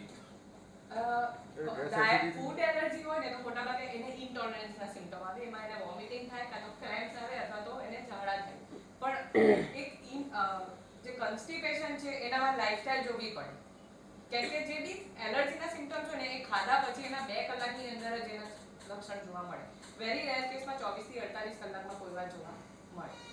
મારી ડોટરને છે ને દૂધ ડોક્ટરે ના પાડી છે, એને દૂધથી મતલબ કોન્સ્ટિપેશન થઈ જાય છે. તો અત્યારે 6 વર્ષની જે 5 વર્ષથી એને મિલ્ક નથી આપતા. હા, તો એ 7 વર્ષ પછી એને આઉટગ્રો થઈ શકે. આજે હવે એકચ્યુઅલી શું છે કે અસ્થમા તો અમે જાણતા હતા કે ભાઈ શ્વાસનો પ્રોબ્લેમ, પણ અસ્થમા એ સાયકોલોજીકલ સાયકોલોજીકલ પછી આ ગેસ એસિડિટી ને બી અસ્થમા ટાઈપમાં ગણાય છે. આ તો આપણને નવું જાણવા મળ્યું. પ્રેગ્નન્સી, ઓબેસિટી એટલે બધું ઘણું નવું જાણવા મળ્યું. પીએફટી ટેસ્ટ કેટલામાં થાય? આ ટાઈપના બી અસ્થમા હોય. પીએફટી ટેસ્ટ સિવિલમાં તો ફ્રીમાં થાય. પ્રાઇવેટનો મેબી 1500 જેવું મને હોય. કે આ જે બીજા ટાઈપના અસ્થમા છે એમાં પણ આ તમે પેરોપીટર પેલું જે છે ને ઉઘરા નાખી તમે એફિશિયન્સી લંગ્સની કેટલી છે તો એ તેમાં બી ટેસ્ટ કરી શકાય. હા, એમાં પણ આ જ રિઝલ્ટ આવશે. નેરો ડાઉન થશે એનો ગ્રાફ. બાકી આ મોટા ભાગ કોમન લાઈફ શું કરે, ગેસ એસિડિટીનો પ્રોબ્લેમ હોય તો પેલી ઓમેપ્રેઝોલ આપી દે અને ખાંસી મટી જાય એટલે આપણે સમજીએ કે ઓકે થઈ ગયું. એની પ્રાઇમરી ટ્રીટમેન્ટ તો છે જ, પણ જો એ લાંબો સમય ચાલે, દવાથી પણ કંટ્રોલમાં ના આવે તો છેલ્લે ઇન્હેલર જ આપવું જોડે. સફોકેશન શું છે? ફોબિયા છે કે રિયલ છે? સફોકેશન થાય આપણે માનો કે અત્યારે હું આમ બેઠો છું, આ બધું બેગ છે, એસી ચાલે છે, કોઈને કંઈ થતું નથી, પણ મને એવું લાગે કે મને ઓક્સિજન લેવામાં, શ્વાસ લેવામાં તકલીફ પડે છે, તો એ શું છે? કાં તો જો તમારો નાન બ્લોક હોય એક નથી કશું તો એ ક્લસ્ટ્રોફોબિયા જેને ક્લોઝ સ્પેસમાં હોય એને ક્લસ્ટ્રોફોબિયા કહેવાય. એના માટે શું કરવું? એ સાયકોલોજીકલ એના માટે કોગ્નિટિવ બિહેવિયર થેરાપી આવે સાયકિયાટ્રિક ડિપાર્ટમેન્ટ. મોસ્ટલી છે ને ગેસ એસિડિટી સામાન્ય ખાંસી થાય, પણ એ બેસી જાય થોડા ટાઈમમાં તો પછી અસ્થમામાં ડાયવર્ટ નહીં થાય. લોંગ સ્ટેન્ડિંગ હોય તો એ કન્વર્ટ થઈ જાય. તમે રિફ્લક્સનું કીધું તો રિફ્લક્સથી બી આ લંગ્સ પર ઇફેક્ટ થાય. હા, એને કફ વેરિયન્ટ અસ્થમા કહે. તો ગર્ડ બી એમાં જ આવે, રિફ્લક્સમાં જ આવે ને. ગર્ડ જીઆરડી બી એમાં જ આવે તો એના કારણે બી અસ્થમા થાય છે. ખાંસી, એમાં એનું ખાંસીનું સિમ્પટમ્સ મેઇન હોય. સીઓપીડીમાં તો ટોટલી ડેમેજ થઈ ગયું બધું. હા, સીઓપીડીમાં ડેમેજ થઈ ગયું પણ આપણે એને કંટ્રોલ કરી શકીએ મેડિકેશન. જે ડેમેજ થઈ ગયું છે ગયું, પણ બાકીનું જે છે તેને આપણે કંટ્રોલ કરી શકીએ છીએ. જે ડેમેજ આગળ વધતું છે એને અટકાવી શકીએ.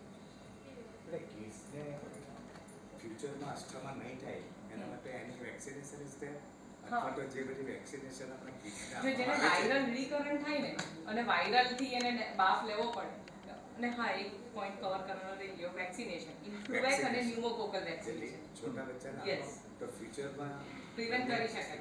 ફ્યુચરમાં જેને ટ્રિગર હોય કે દર વખતે સિઝનલમાં વાયરલ ઇન્ફેક્શન થાય ને પછી શ્વાસ થાય ને તો દર વર્ષે ઇન્ફ્લુએન્ઝા વેક્સિન આપણે એમને આપવાની હોય કે જેથી એનું ટ્રિગર પ્રિવેન્ટ કરી શકીએ, તો એને અસ્થમામાં કન્વર્ટ કરતું પ્રિવેન્ટ કરી શકીએ.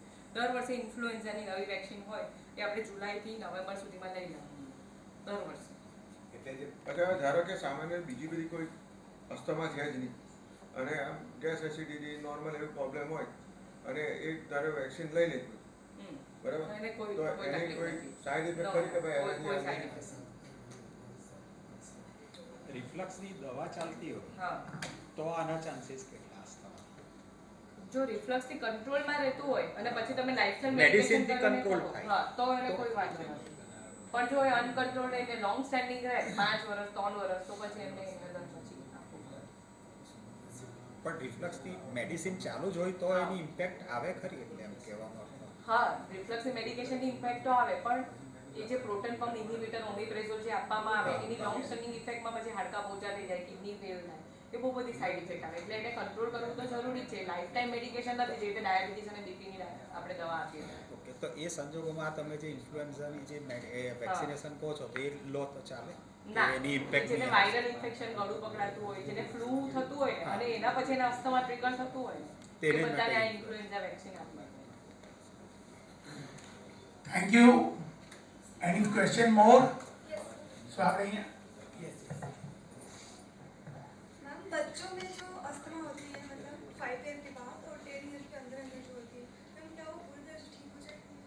अगर बच्चे को कोई एलर्जी की वजह से है, जैसे वो सर के आगे लेक्चर में हमने देखा धूल का कीड़ा है या पोलेन से हमारे एटमॉस्फेयर में जो रहती है, जैसे कि मैंगो का ट्री है, नीम का ट्री है या गुलमोहर है, तो हम लोग वो बच्चे की 5 से 10 साल की उम्र में हम लोग वो टेस्टिंग करेंगे और देखेंगे कि उससे कितनी एलर्जी उसको आ रही है और फैमिली हिस्ट्री भी स्ट्रॉन्ग है और 10 साल पे भी उसको इन्हेलर लेना चालू पड़ रहा है और उसके वो जो एलर्जेंस पॉजिटिव आ रहे हैं टेस्ट, तो हम एलर्जी का ट्रीटमेंट चालू करेंगे.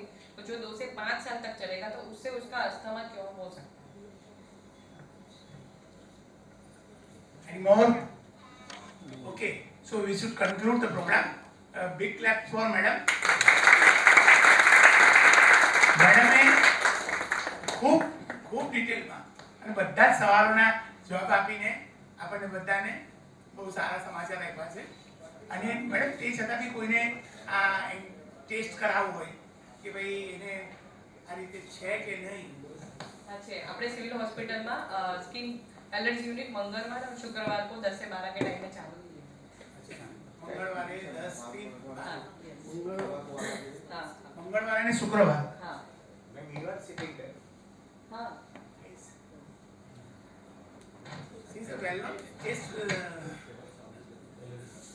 chest and allergy ના પ્રોફેસર છે.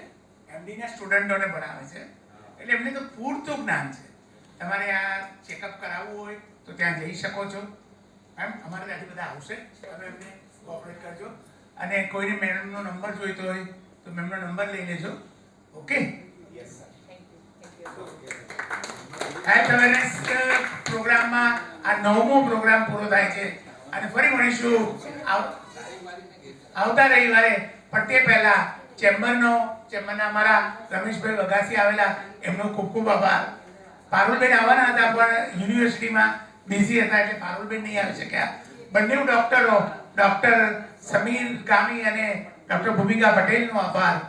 અમારા ફોટોગ્રાફર અમારા રાજેશભાઈનો આભાર અને સૌથી વધુ આભાર આપ સૌનો. અમારો આ કાર્યક્રમ 10:30 વાગે શરૂ થતો હોય છે. હું 11:45 સુધી રિલેક્સેશન રાખું છું. 11:45 બે વ્યક્તિ હોય ને તો પણ હું પ્રોગ્રામ ચાલુ કરી દઉં છું, અને કારણ કે મારે 12:30 આ પ્રોગ્રામને પૂરો કરવાનો હોય છે. મોસ્ટલી આવતા રવિવારે ડોક્ટર સંકેત દિવાનજી આવશે એવું અમને લાગે છે. તે છતાં કોઈ બી હશે તમને મેસેજ મળી જશે. Okay, thank you.